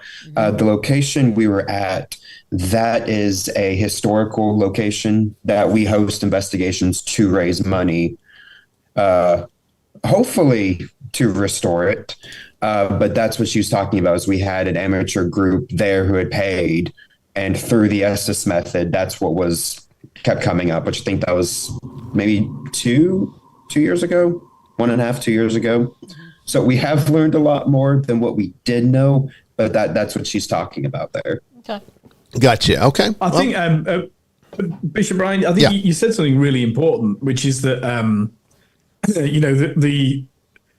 the thought forms that we create ourselves are more dangerous because we're far more ready to act upon them, whether that's, self-loathing and I'm terrible and I can't do anything and I'm useless. And I've been there, right? We all have. And if you think about it, like leaving religion to one side, people go and see therapists for those reasons, right? They're kind of stuck in a cycle of misery, or their behaviors are affecting other people in ways that are destructive. Like therapists don't see someone because they're having a great time and life's wonderful, and so neither do priests either, right? So mind you, at least we get the weddings as well as the funerals. Yeah, well, you hope to. I mean, I unfortunately don't see many of those anymore, but funerals are easier than weddings, I can tell you that. But leaving that aside,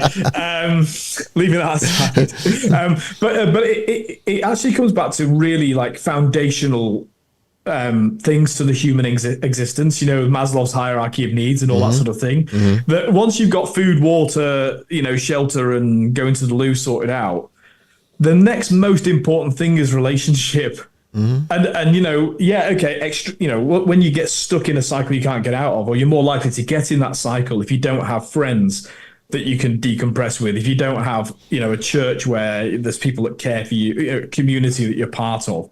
It's why, as we live in bigger cities and smaller apartments, people are more depressed, right? Because they're more isolated, even though they're surrounded by people. It makes their isolation even worse. So, although I've said all those sorts of pious things that exorcists do when they're going about their business, I also just have friends that I have a drink with and a chat. That I care about and that care about me. Yeah, the support system is vital. Because when that worm comes into your brain and says you're useless, you've got no purpose, you go, actually no, because I was talking to my mate the other day and that was an important conversation for him, so I've helped him. So, and it helps you to combat your own spiral downwards. you know, and then occasionally you need good friends to pull you out of it as well.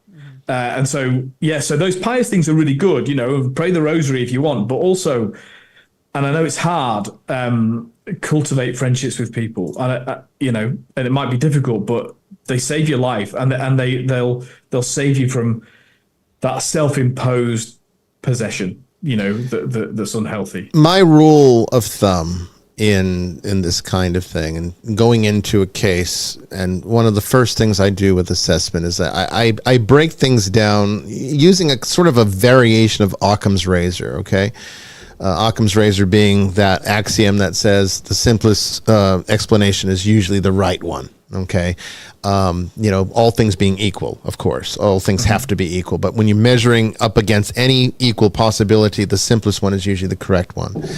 And so, when I'm looking at a case that's of some kind of disturbance, whether it be a haunting or malevolent, potential demonic thing, whatever, the first thing I'm looking at, okay, is in the evidence itself. I automatically start from the assumption that this is a projection of some kind of the person's internal reality. Okay, so this is why it's important to have a psychological assessment before you even walk through the door, because you want to know what those diagnoses are, if there are any. Because what happens is that the demons that tend to possess us, assuming possession is going to happen at all, are going to be found within the structure of the person's mental deficits. Every single time. Just most of the time, the natural way is to internalize it through anxiety or depression, or to repress it, or, you know, some kind of internal process is how most people deal with it. A smaller subset of the population externalizes it. And that's when you get the more paranormal types of reactions. But I'm always starting from that premise. I don't go in being like, oh God, there's demons here, and then find, oh, thank God it was just the person's subconscious. No, it's the other way around. It's the other way around. I'm like, prove to me that it's not the subconscious. And I don't go to the client and say that. That's what I'm doing in my professional assessment, is I'm going in and being like, I need to find evidence to prove otherwise. And if I can't find that evidence, then that's where we start. And that's where we end. I don't go any further than that, which is why 90% or more of cases can be resolved with the regular pastoral tools of the church. Solemn blessings, which is what you typically see me do on Ghost Adventures. You know, everyone keeps talking about, oh, that the exorcist, he's just going in, you know, exorcising demons. When have I ever really done that? Except for a couple times.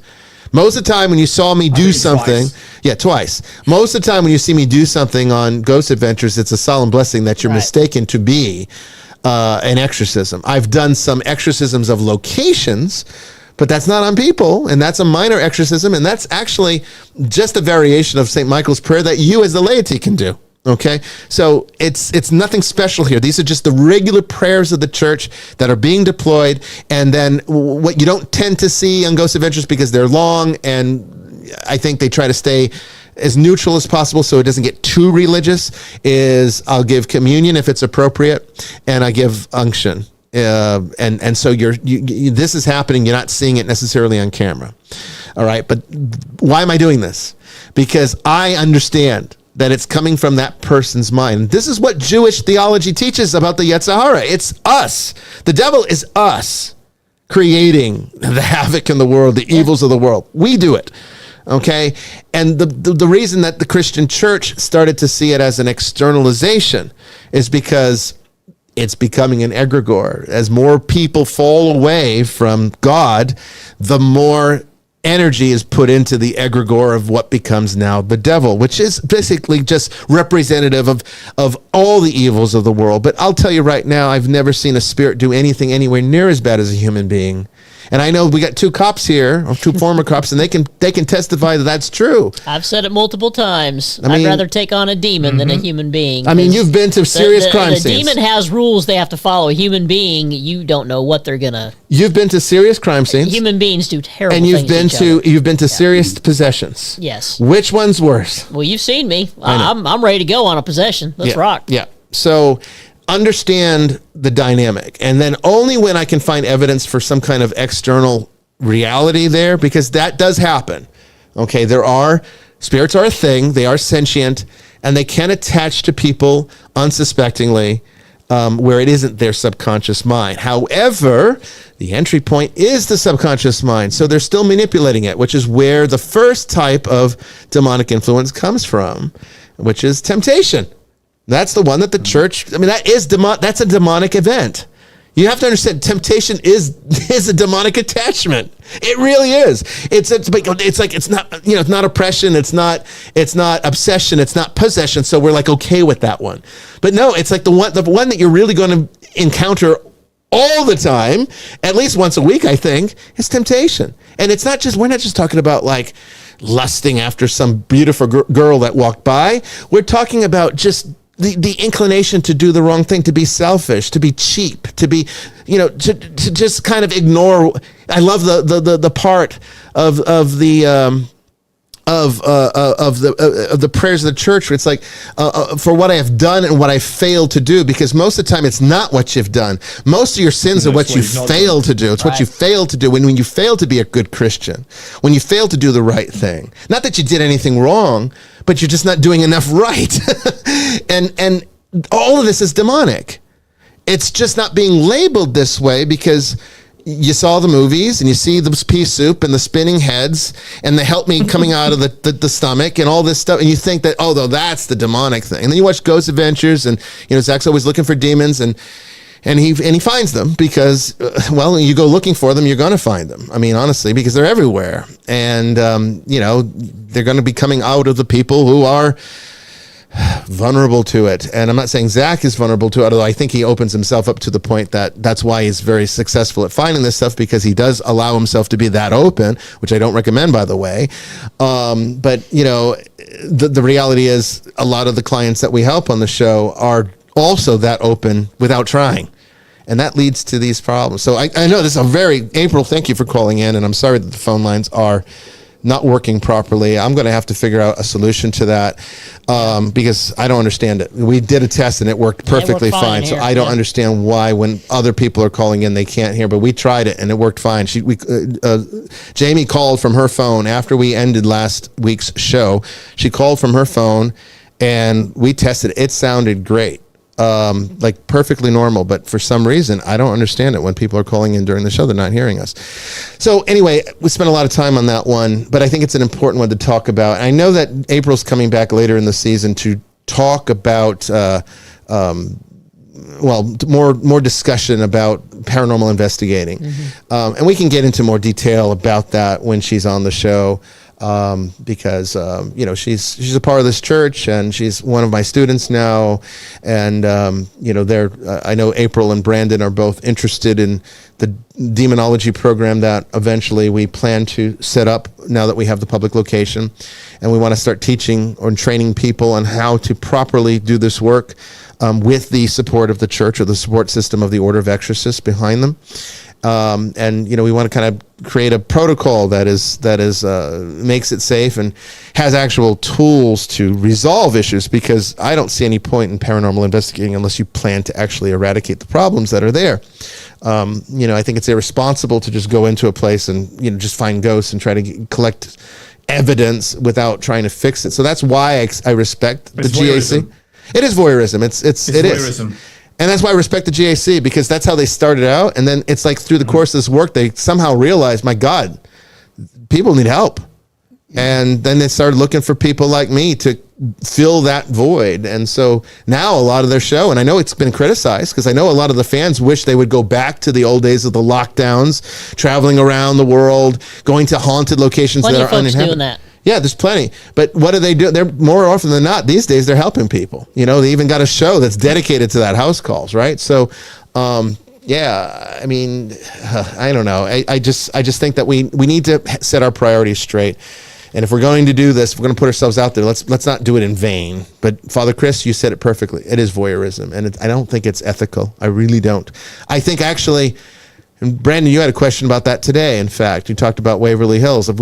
Jamie and I have both been and spent the night at Waverly Hills. It's a sanatorium. It's been shut down for a long time. And we may or may have not violated their rules while we were there. Well, I'm going to say that we did violate the rules. I know I did. I'm not going to speak for you, but they told us when we came in for the night, we had the place completely to ourselves, and we were not restricted from going anywhere.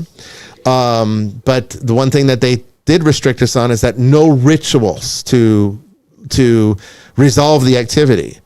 Well, it's like you're going to be you're shitting yourself if you think I'm not going to pray for these people, because you can't stop me from doing that. Especially when we came in contact with a bunch of children spirits. And again, a lot of that stuff was, I think, echoes. I don't think these were active intelligences in the actual like unrested spirit sense.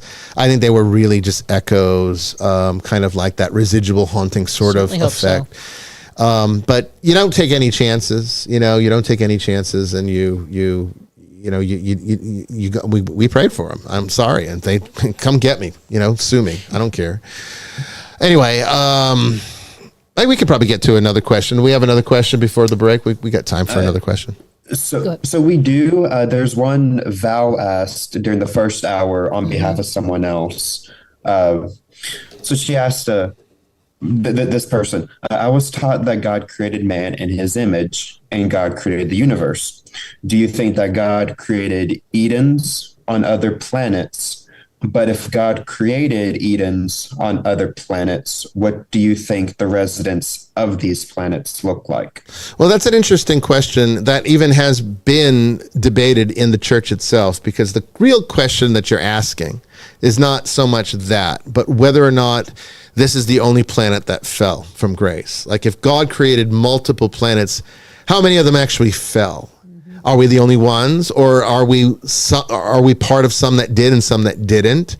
And if we were to come in contact with an extraterrestrial life form at some point where it's official and it's established, and there's no question, no debating it anymore, disclosure happens, or whatever you want to say, are these fallen creatures like we are, or do they even need salvation? Are they perfect? If it was a third of heaven, could we extrapolate that could be a third of could it be that a third of creation fell and we're in the third that did? I mean, all of these are possibilities. I don't think there could ever be a definitive answer on that right now. But one of the questions that came up in the Vatican several years ago, back actually more than several decades ago, because I was a seminarian at the time, was if aliens landed on the White House lawn, would they need salvation?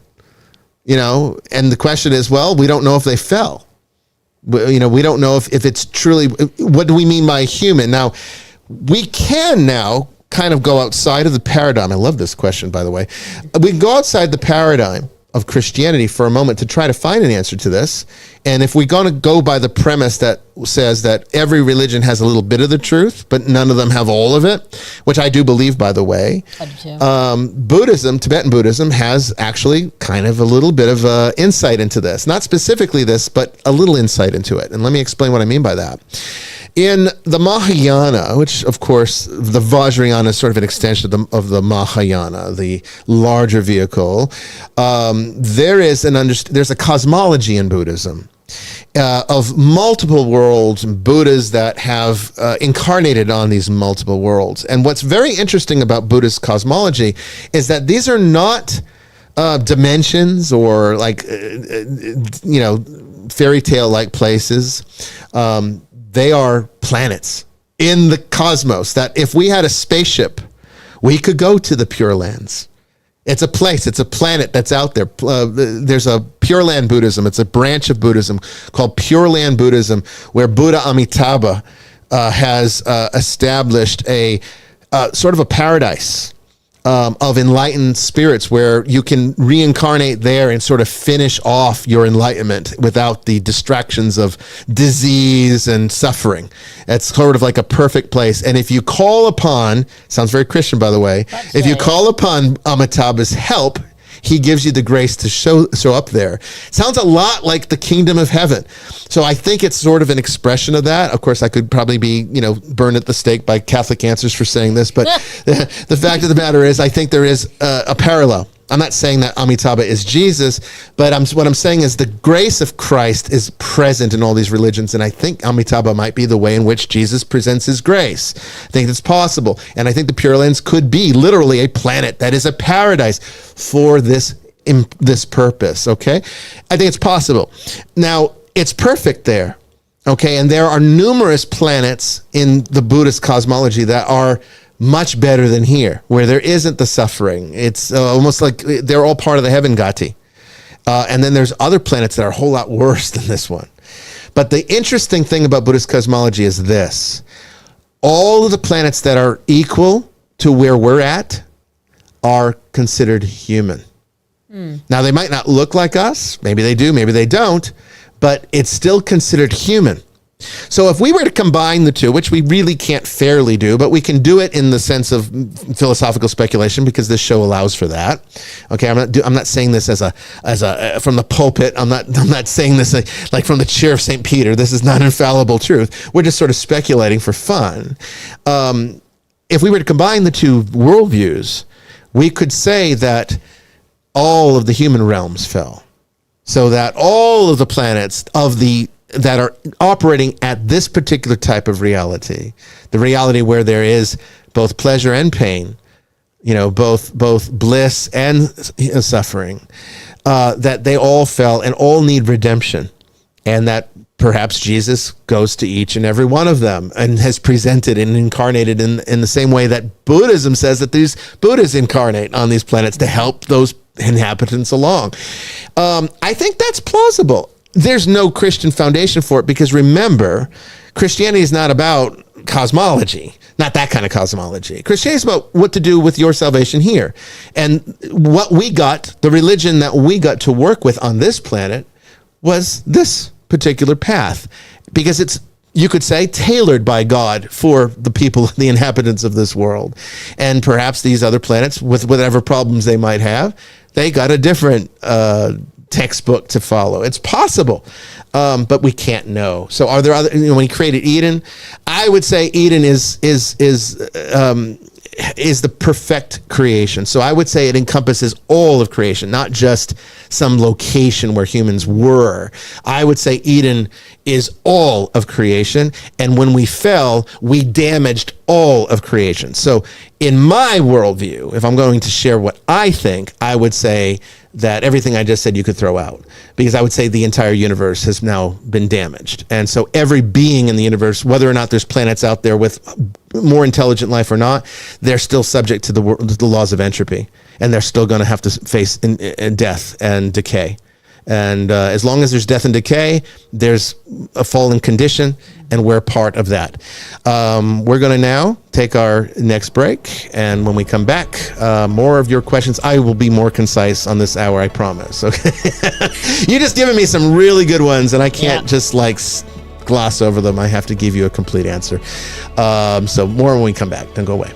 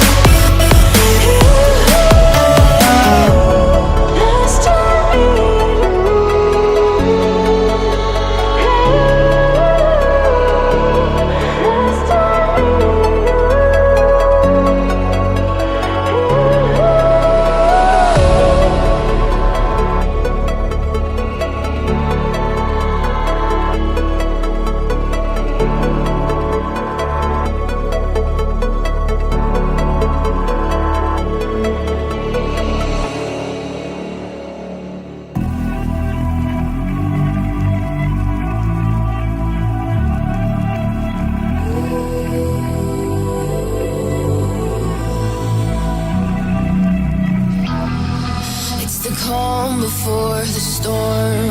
Things aren't as they were before. You best start bracing.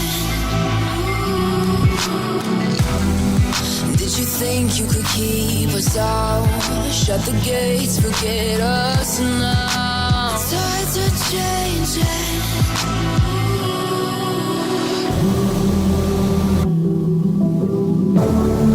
Can you hear the sound? Can't stop us now. We're not back in town, know what we're doing. Things are about to change, it's evolution. Once you shake the ground, you feel it moving. We're the revolution. Can you hear the sound?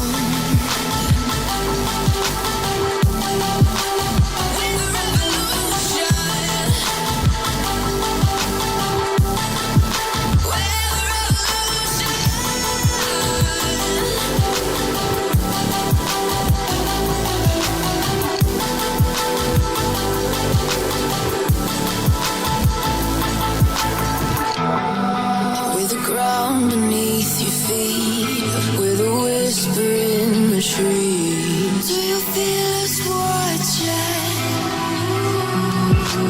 Hunger in our eyes, victories on our minds. It's our time to rise.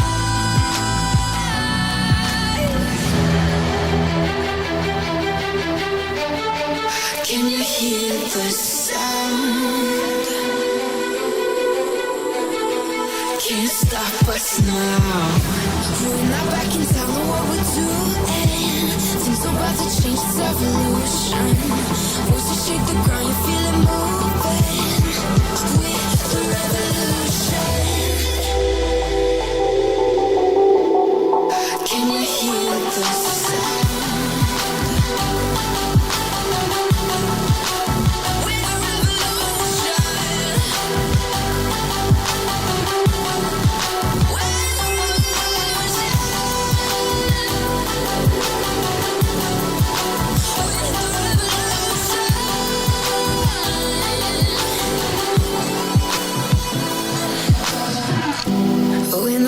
Don't know what we're doing. Things are about to change, it's evolution. Voices shake the ground, you feel it moving. We're the revolution.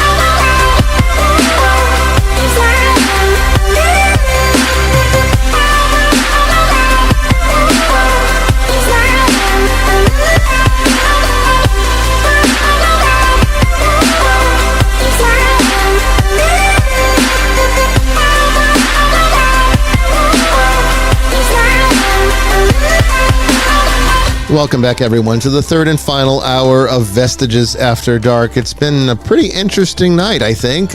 Some really good, very complex questions from the audience, and we've had to spend some extra time on them. We're going to go a little bit quicker to get to more questions in this next hour, so don't worry about that.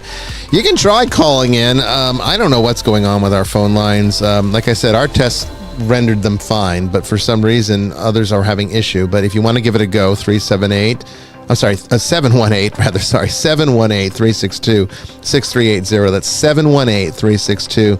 6380. Enter PIN number 855-4111, 855-4111 to get placed into the queue. And I'm going to look at other solutions to see if we can figure out a better way of calling into the show. Maybe just doing a direct into Zoom. That might solve the problem, where people can call directly into the Zoom room. We'll figure it out. We're gonna figure this out, because it's kind of annoying me.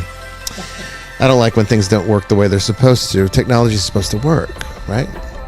Anyway, 209 viewers. Thank you all for spending your night with us.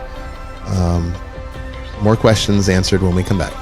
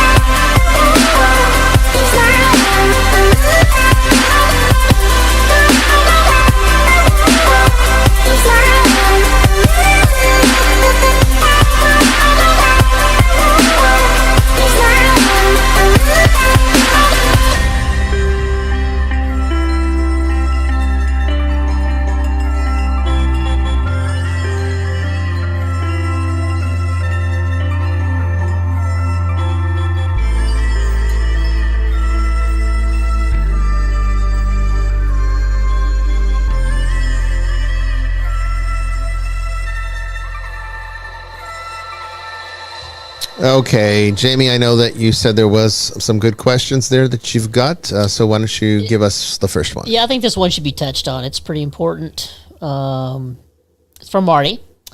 She says, I have a question. There are people like Ray Comfort using the Bible to hate LGBT people. They say they are, quote, telling the truth in love, quote, is a biblical standing to literally hate LGBTQ people. Okay. Well, we're talking about that Kirk Cameron guy you said, right? Well, Ray Comfort is an evangelical preacher, and he runs in the Kirk Cameron crowd. He's actually originally from New Zealand. That's about all I know. And he has living water. Is he the guy that goes around Las Vegas telling everyone that they're going to hell for lying? Is it him? No idea. I think it might be. I think I know who that is. I could be wrong, but anyway, look. There's a lot of people that do a lot of things in the name of various things or claim to be various things. That doesn't make them what they claim to be. All right. So just because somebody picks up a Bible and calls himself a Christian does not make them one. All right. Any more than I could pick up a gun and go out and become a vigilante and say that I'm a police officer. All right. There is standard here. Okay, there is expectation here, and there's protocol here. To be a Christian requires certain protocols be met, and just simply reading the Bible and saying that you believe that Jesus died for your sins does not make you a Christian. All right, and certainly going around claiming that you can interpret the Bible in such a way that would even create some kind of convoluted notion that spreading hate is somehow love does not make it so. So this is where discernment's very important, okay? You're falling for their scam if you see people like this and you buy into it and say, oh, see, all Christians are assholes then because these people are Christians and they're going around doing this. No, they're not Christians. That's not the Christian faith. That is not the teachings of the fathers of the church. That isn't the teachings of the church whatsoever. Pick up a Roman Catholic catechism and you'll see for yourself. Look up homosexuality in it. Go to esotericcatholic.org, our website. We are linked in the online library to an online version of the catechism. Go in there and do a search on your computer in that document for homosexuality and read what it says about that. Now, you might not like everything it says in the sense that the church can't marry homosexuals. I know that's a big problem for some people. There's a reason for that, okay? Because marriage is not about who you love as much as it's about who you can reproduce and be fruitful and multiply with. It has more to do with that than it does with the love is a big component, but you don't get married because you fall in love. You get married because you want to be fruitful and multiply and follow that command of God, okay? Obviously. I thought it was just for tax break. Well, that's the other problem, right? Yeah, and that's that's the why I'm problem. actually for legal unions. Have no problem with legal unions, and I have no problem with blessing homosexual couples as basically members of the human race and children of God.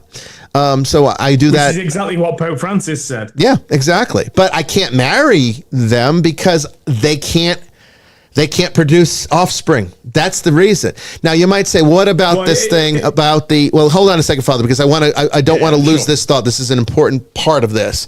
The other side of the coin is the sin that people keep saying, and people like this, what was it? Ray Comfort? Comfort? Ray Comfort. Ray Comfort. As in comfort chair or something. Well, there's nothing comforting about anything he's saying. The fact of the matter is, okay, the sin that everyone is saying is homosexuality is not homosexuality. Homosexuality is not the sin. The sin is fornication. And you'll be hard pressed to find anybody who hasn't fornicated. Okay. About 99.99999% of us have committed that sin. I mean, if yes. I mean, there are some people that go straight into marriage from virginity, and that's wonderful when that can happen. But in today's day and age, that is not the norm.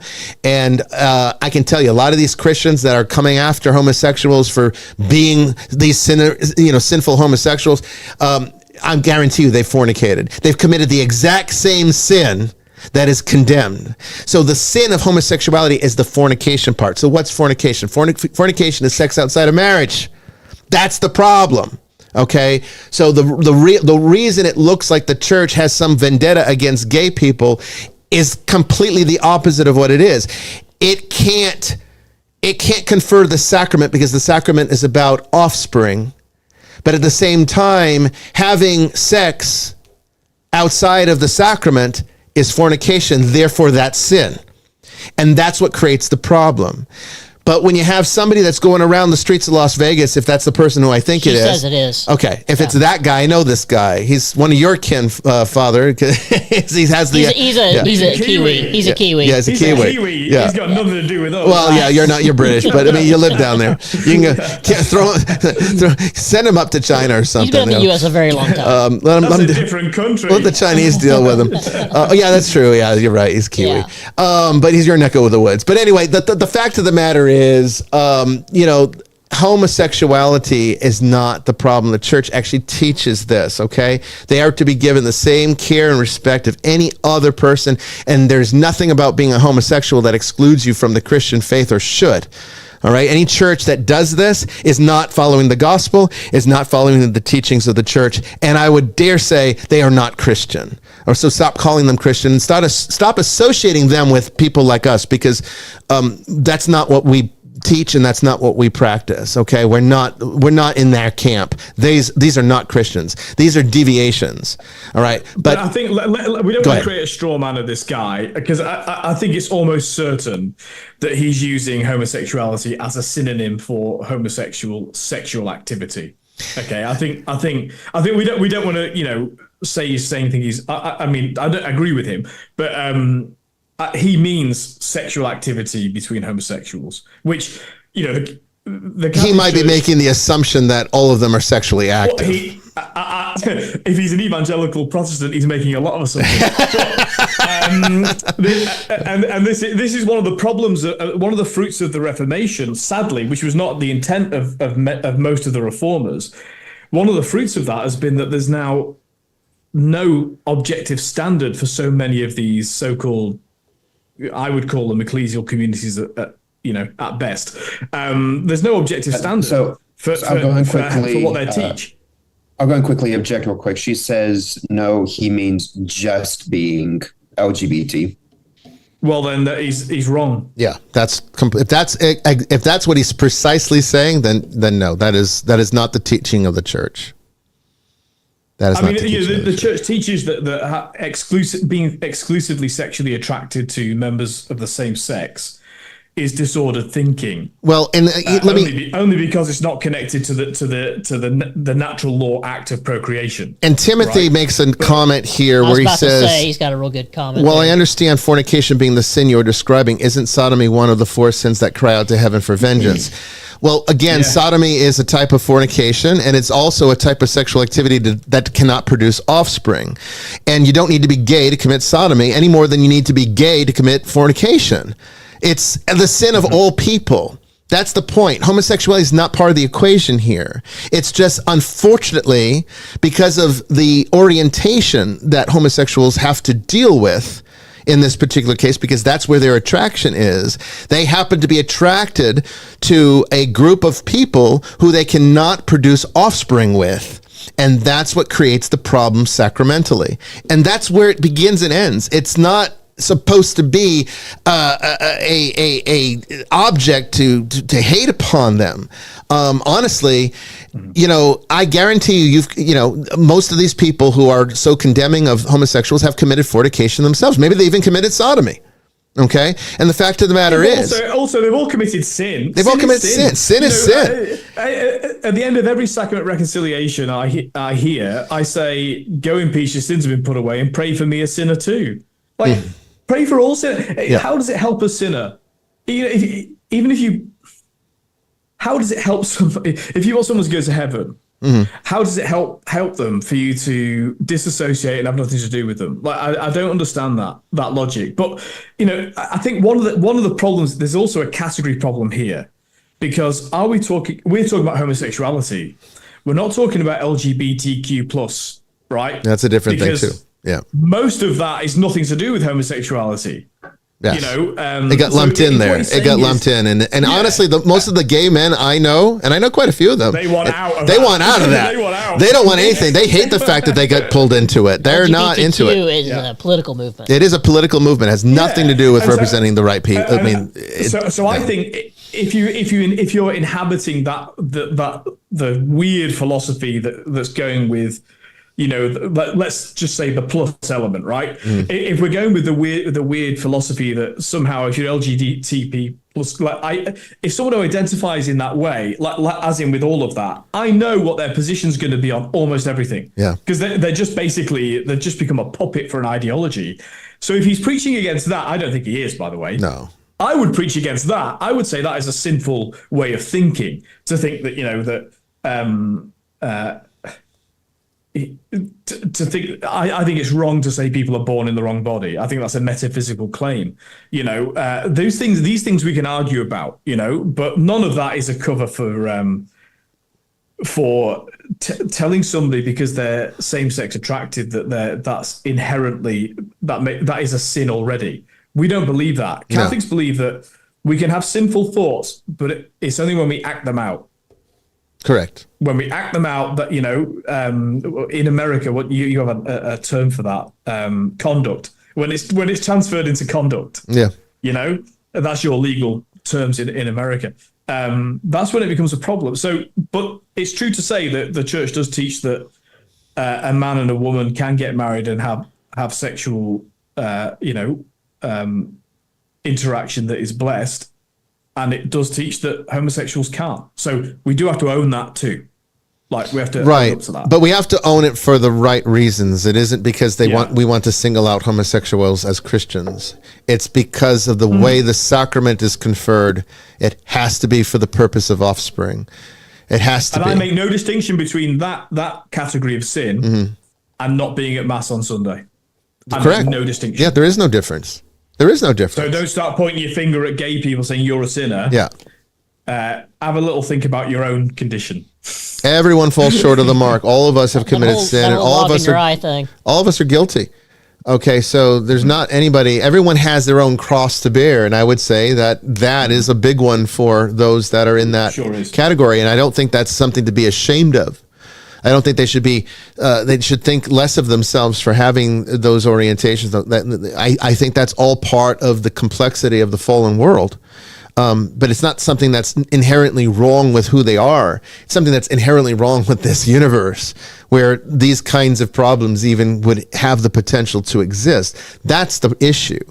And the same thing would go. I would extend that actually out to the entire LGBTQIA plus part of the thing, because all of that is ultimately an issue at all, because you live in a fallen universe. Okay. And look, we can even take that part out of it. I can tell you right now, most heterosexuals, like, look, I used to work in counseling, and I did pastoral counseling for many years. I am also a confessor. I have heard everything that you could possibly imagine in the book. Okay. There's nothing that could shock or surprise me at this point in my life. I've heard it all. I've experienced it all in one form or fashion or another. Okay. And I'm going to tell you right now, heterosexuals have just as much kinky thoughts and ideas and fantasies as anybody else. Okay. So just because you're heterosexual doesn't mean like you're one up with God and now you're in the good club. It does not work like that. I can tell you right now that they have all sorts of deviancies, all sorts of variations that would not fall into the category of good Christian sex, in the sense of, you know, two people coming together in matrimony and then having the nuclear family. It's believe me, okay? Human sexuality is a very complex thing, and most people have some kind of paraphilia associated with their sexual appetites. I can promise you that. I have very rarely, or at least, let me put it this way. When I have done this kind of counseling and someone says, "Oh no, I don't have any paraphilias," I'm very skeptical. I'm like, yeah, you're just not wanting to share that with me. You're only doing missionary position. Yeah, exactly. You're only bottom or the top, and you're only having sex to make babies. Yeah, okay. You've repressed it. And technically speaking, it so far down. I mean, maybe you repressed it so far down that you go around the world pointing at homosexuals saying they're going to hell. Exactly. That's what happens. Exactly. Yeah. I mean, that's exactly it. And then that's kind of like what a lot of them say, that the people that are the most condemning are the closeted ones, right? They're so repressed that they think by becoming a militant about it, that somehow it's going to break their own inclinations that they might have. I'm not saying that's the case with this guy, but I wouldn't be surprised if it is. Okay. And does anyone want to look at the stats of conservative evangelicals and consumption of pornography online? Mm-hmm. Anyone want to look at that? Mm-hmm. Like, look at and I'm not talking about ministers here or priests, I'm talking about the entire gamut of the human race. Just look at how prolific child sexual abuse is. Okay. Yeah. It would not be so prolific if it wasn't such a normal problem. Right. I mean, it's gotten to the point where it's so prolific, it's hard to say that this is abnormal. And this is what the APA was trying to debate a while back by saying, can we even call pedophilia a paraphilia anymore? Because paraphilia by definition is a deviation in normal sexual behavior, but normal is based upon what the majority are doing. And what the APA found in their studies was that sexual interest in people who are underage, not necessarily prepubescent children, but teenagers that were not of the age of 18 yet, that most of the people studied found underage teenagers attractive in a sexual way, and didn't act on it, but still found them to be attractive. And why wouldn't they? They've passed puberty, they've developed, and genetically and biologically, well, we used to actually consider them adults. It changed with society. True, yeah. So there's a biological precedent there too. Prepubescent is a different problem altogether to a certain degree, and I would say it's actually a repressed sexuality that did not develop in a healthy, proper way when they were young. I was having this conversation with Tracy. We might bring it up on the episode that she comes on, but I have a theory that I would love to explore at some point. I just don't have time to do psychological stuff anymore, but I have a theory that human sexuality operates in the same exact principle of imprinting that you have with like your baby ducks. All right. So when birds are hatched, like ducks are hatched. If you're the first thing they see, they don't follow mom. Guess what? They follow you for the rest of their lives. It's called imprinting. I have that issue with kittens right now. Yes. I am going to venture to say that in my experience working with people who were confirmed pedophiles, whether they acted upon them or whether they just had the inclinations, I worked with both groups. I will say that their sexualities operated exactly the same way as imprinting. And what that was is that they had under a childhood sexual event, which is usually sexual abuse from an adult, which is why there is this indication that a lot of people that are abusers were abused themselves. This is where this comes from. Okay, not always the case, but it does follow this pattern often. That they had some kind of sexual event, and because that's the first thing they made the association with, that becomes fixed forever in their sexual appetite. So think about it. You're a child and you have a sexual experience as a child. Then if that's your imprint, then how do you ever mature out of that if you don't have good, healthy sexual experiences growing up, which most people don't.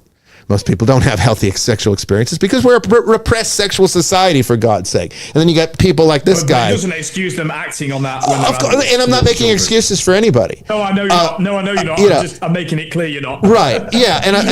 But the reality is, and this is why it needs to be talked about, because because people do the same thing to homosexuals and LGBTQIA that they do to pedophiles. Mm-hmm. It's just pedophiles are okay to attack because nobody likes them. Everybody hates them. But the fact of the matter is, as far as the APA is concerned, it's just another paraphilia. Okay, it might be a criminal one, but it's still another paraphilia.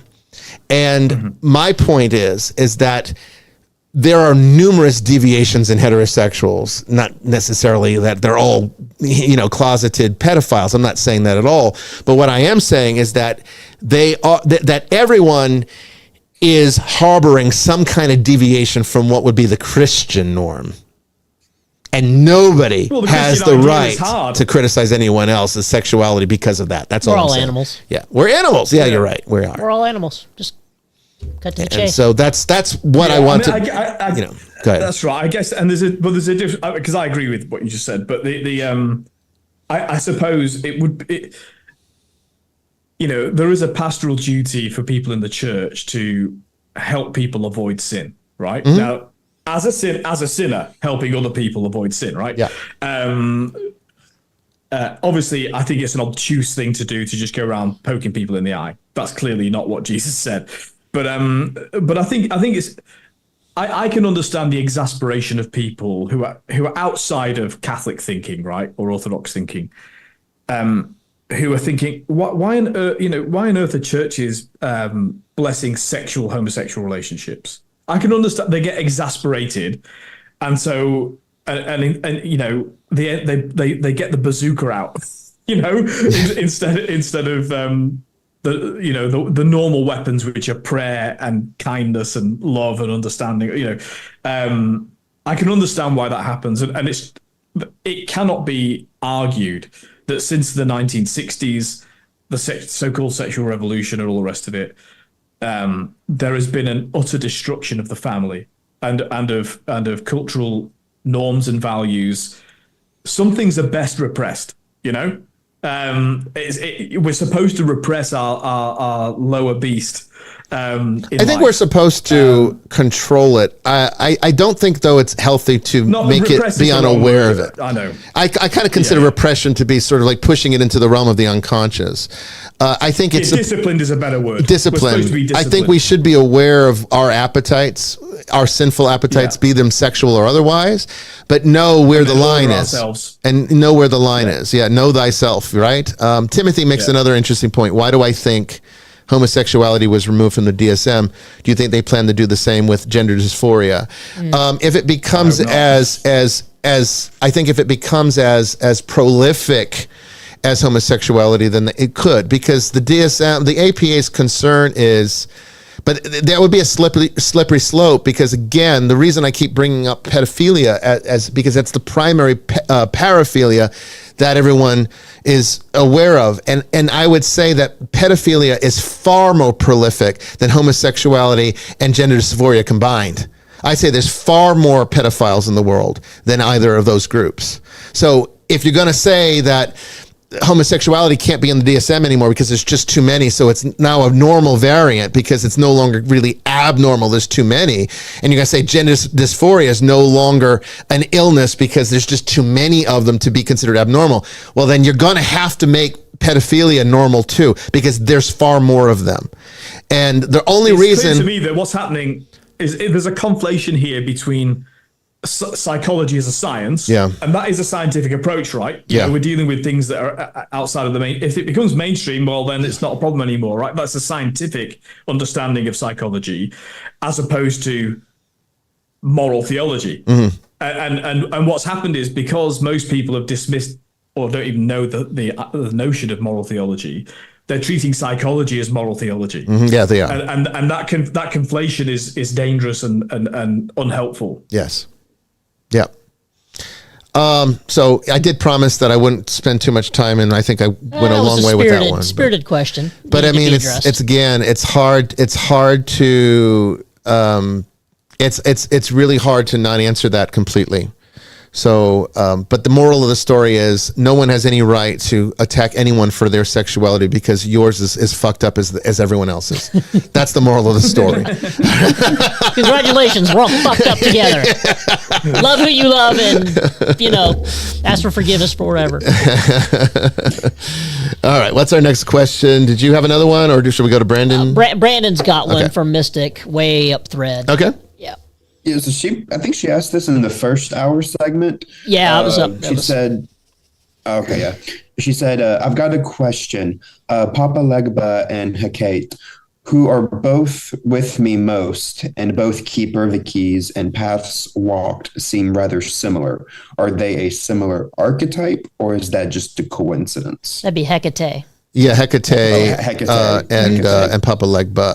There is a certain similar function in archetypal function. Both are doorkeepers to a certain degree. Both are gateways between the realm of the spirits and the realm of the physical. So yeah, there's a common function there. I know Hecate's very popular amongst the witchcraft and practitioners that I know. Is that very common. These archetypes put on the faces of the worldviews in which they are found. Okay, so even in Christianity, to a large extent, the reason that Voodoo uses an image of Saint Peter to be Papa Legba instead of the image of Papa Legba that is the more traditional thing with the hat, the black man with the hat, essentially. And the reason they use a Jewish guy, a Jewish saint, the first pope of the church, is because of the archetype of Saint Peter holding the keys to heaven and being the sort of like the at the gates of heaven to let you in.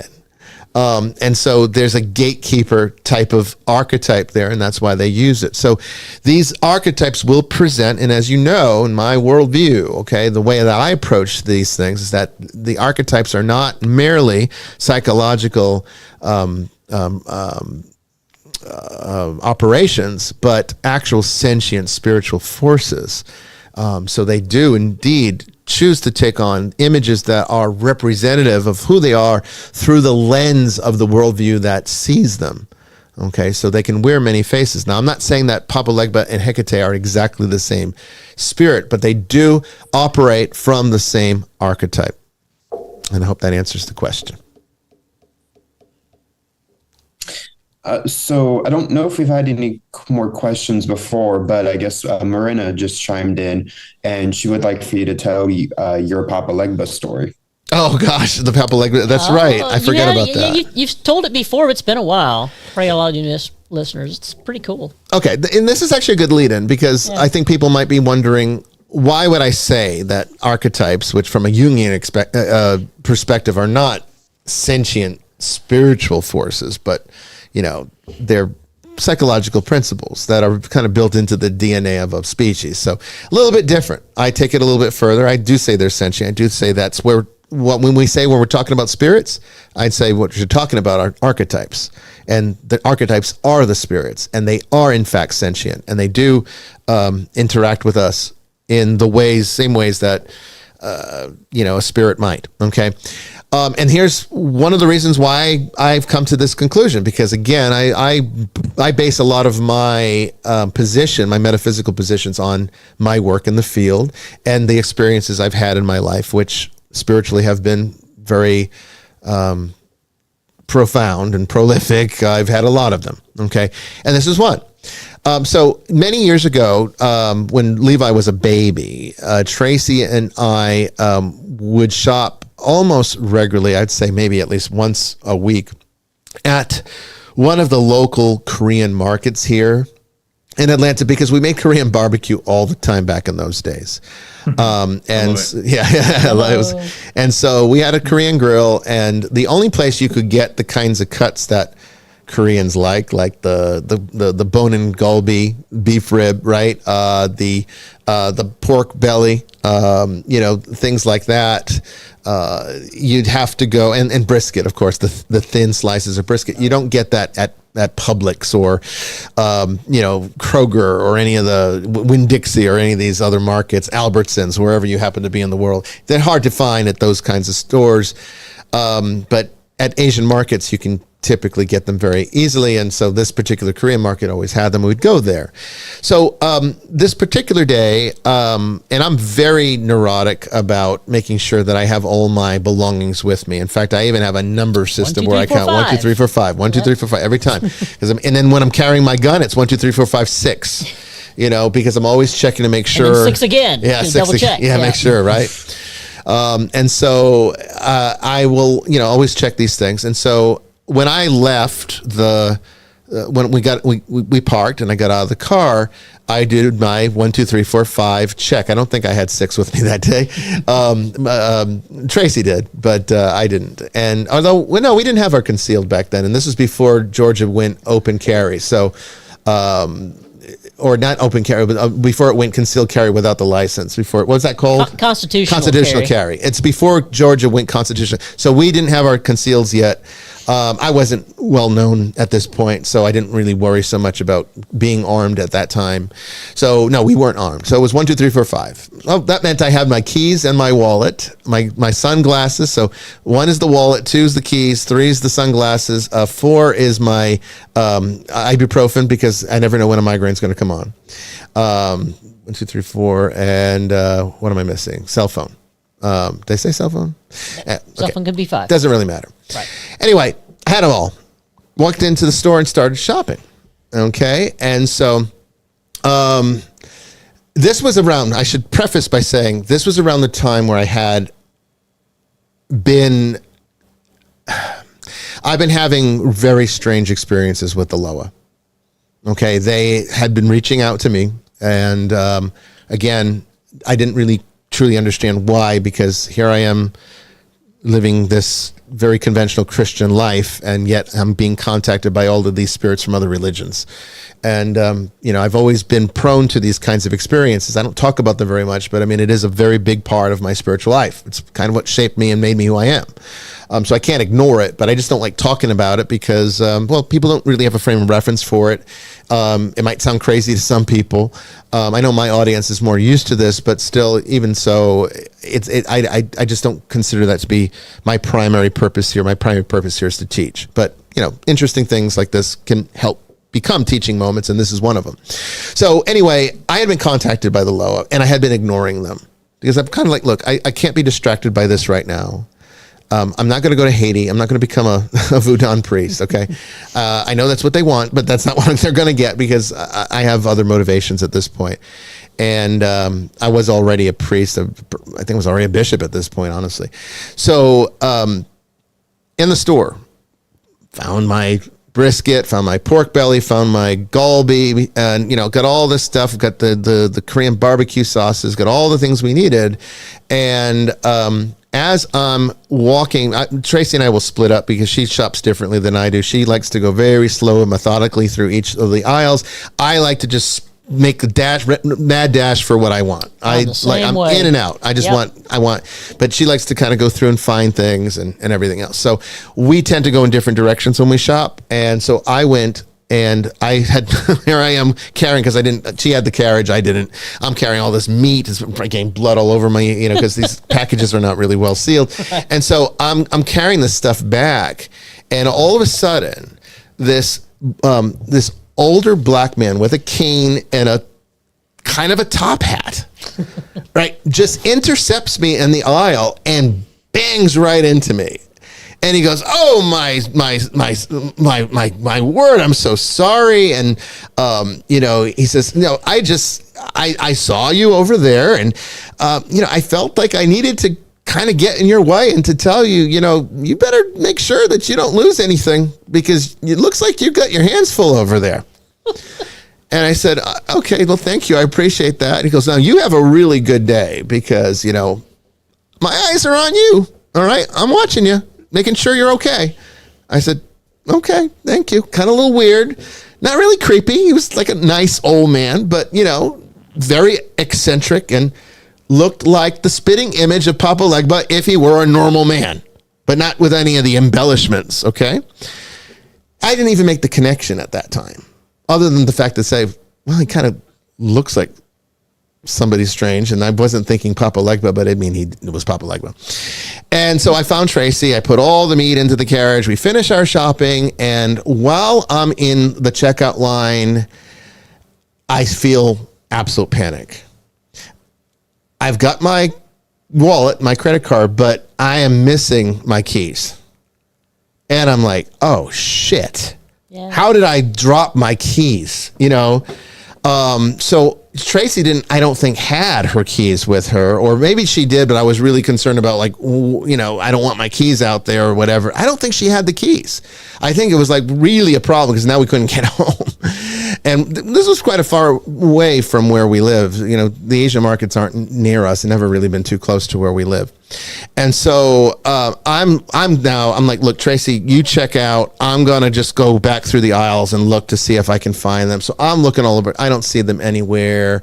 I don't see the old man that bumped into me.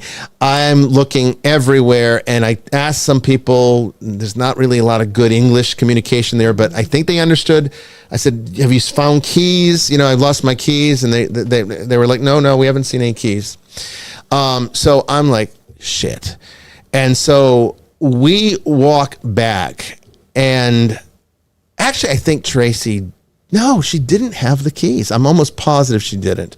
And so we're walking back to the parking lot to see if maybe by chance I dropped them out there, which I know I didn't, because I check them throughout the entire shop. I do the 1, 2, 3, 4, 5 constantly, for fear that I'm dropping something, because, I wear shorts, and I don't I have all this bulky stuff with me. My sunglass case is pretty big, and, there's a lot of things that can fall out. You just start carrying a backpack. I know I should, but I just can't. I can't have the burden of it.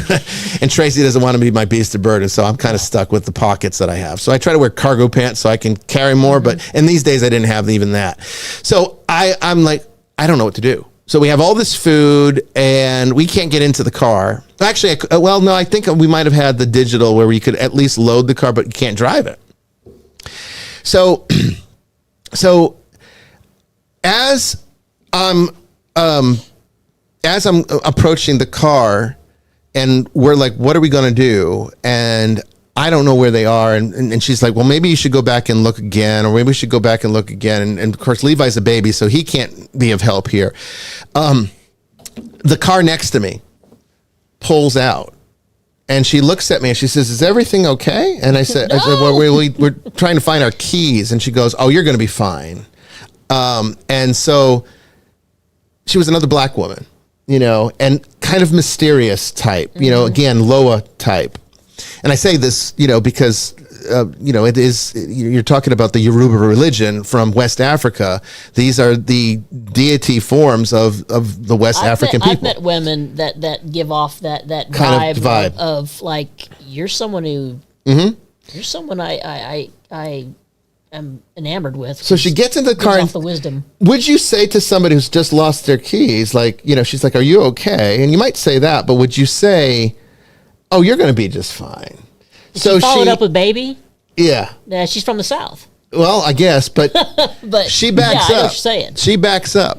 Okay, and she leaves, and underneath her car in her parking space are my keys, right there, sitting there. Ain't that something? And so at that point, as I was driving home, I started thinking to myself, well, first of all, there's no way the keys could have gotten underneath her car because her car was there before we parked. So I couldn't have dropped them and they could have gone. And that was on the passenger side.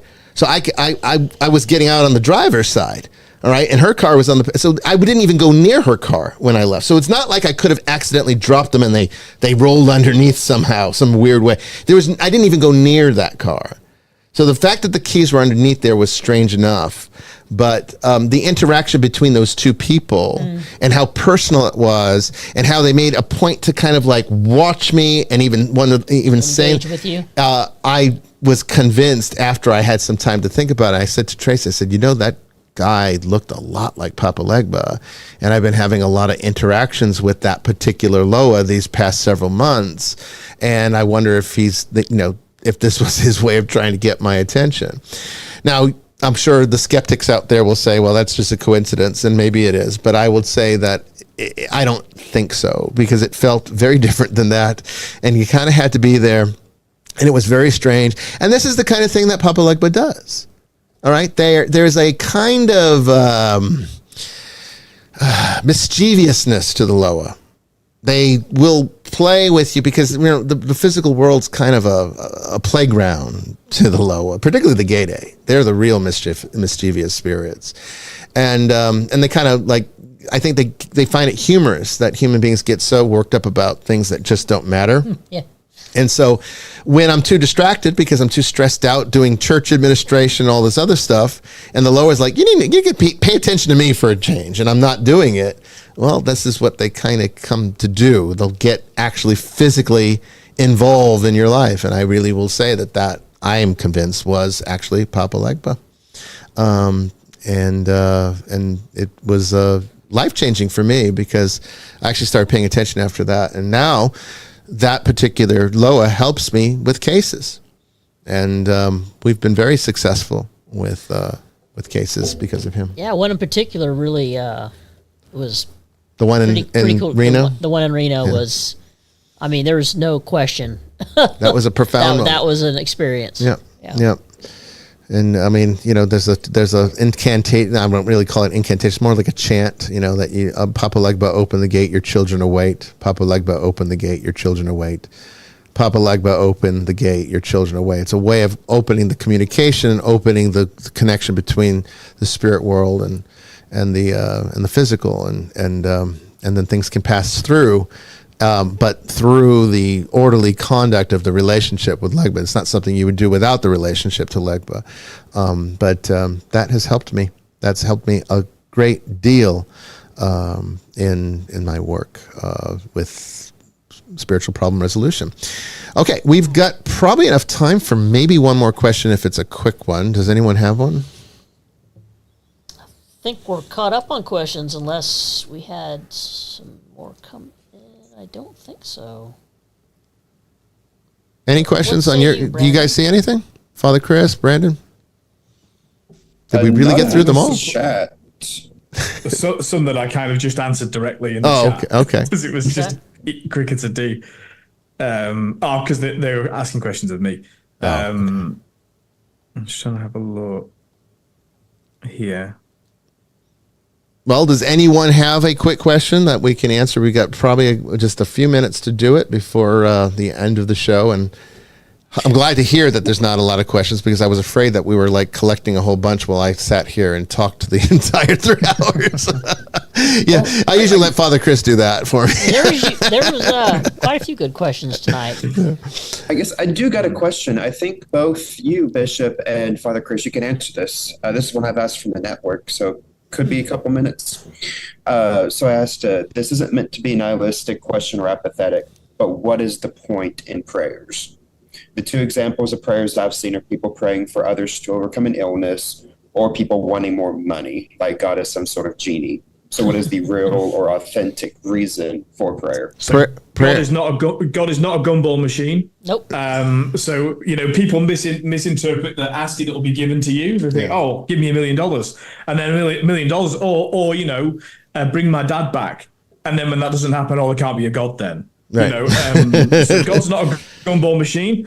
He doesn't serve at our pleasure. Adoration. Yes. Yeah, the highest form of prayer is adoration. We serve God. God doesn't serve. I mean, well, that's the amazing thing. God becomes a servant to us, but we are to serve God. It's like when people sit in judgment of God. Oh, I don't like that the church teaches this. Okay, so you're going to change God's mind? It's. You can't. And see, that's intercessory prayer. Intercessory prayer, which there is a place in the church for, that's part of the Mass. There is a place for it. It is not about changing our circumstances. It's about changing us to align more perfectly to God's will. So when you're praying for the health of somebody, or if you're praying for that our leaders actually, stop being schmucks and doing the right thing, what you're really doing is you're praying that people respond to God's call to action to become better, to become more perfected, is what you're praying. Because by doing so, that's how you answer these prayers. Everything that you need in intercession is the result of there being an inadequacy as the result of the fallen world. By coming into perfection of God's, in union with God, by aligning ourselves to his will more perfectly, which is what prayer is designed to do, we therefore correct the actual problem of the fallen world, at least within ourselves. And if everybody did that, you would fix the fallen world, the world could finally be over, and then we'd be in the kingdom of heaven. But it's easier to hate. It's easier to divide. It's all captured in the Lord's Prayer. It's obviously we believe Jesus was God incarnate, and so when he gives us a model for prayer, it has to be the most perfect prayer that has ever been uttered. And so, but and I'm not going to go line by line and give you a sermon on the Lord's Prayer, but people rightly focus on, forgive us our trespasses as we forgive those that trespass against us, and that's really, we were talking about that earlier in terms of, if you're going to judge other people, be careful because you've got your own shit, right? Yeah. So, but actually go through it. We're acknowledging God's almighty nature. That's why we say our Father. I mean, he says Abba in Aramaic. It's daddy. So we're acknowledging that he is the author of our lives. And then, hallowed be your name, thy name, the word hallowed is not used much anymore in contemporary culture. It means your name is holy. Mm-hmm. And so that's why adoration, the acknowledgement of who God is, and the adoration and love towards God simply for being who he is, God loves that. He doesn't need it, but God loves that. And it raises us above our lower condition to say, there is a God who is the author of me, who is holy, and has chosen to have relationship with me. And I acknowledge that, in fact, even the bread I eat comes from him. Give us today our daily bread.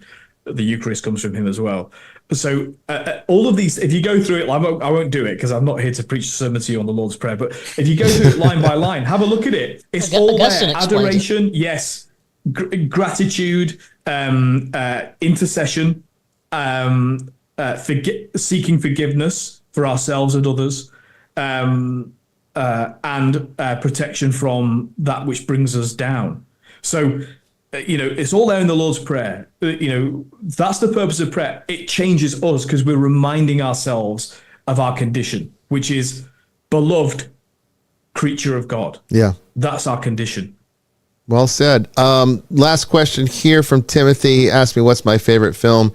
I think there's two that are kind of closely tied. I'd say maybe, though, one more than the other, so I'll give you 1 and 2. The Pope's Exorcist. No. No. I don't know what number that is, but it's whatever the last number is.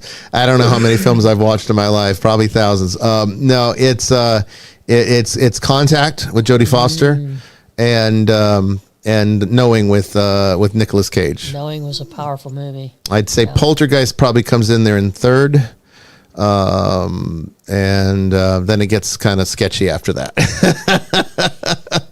But yeah, that's kind of that's the breakdown there. Well, anyway, we're at the end of the show. Good job, guys. Yeah, good discussion. And I know that we deal with some heavy topics that are controversial and difficult to, but dialogue's more important than taboo, I think. And I do think it's very important to have open, honest discussion. If YouTube wants to shut us down because of that, well, that's their problem, not mine. Anyway, the next week we have Natasha Venter coming in for Understanding Triggers. So I guess it's kind of a good segue from where we left off here today, because we talked a lot about triggers today, didn't we? That's next week, Tuesday at 8 p.m. Eastern. I want to thank our audience of 211 viewers right now. Thank you for being with us this Tuesday. Thank you, Father Chris. Thank you, Brandon. Thanks to all of our moderators, and I will see you all out there in the ether. God bless everyone. Thanks, everybody. Take care.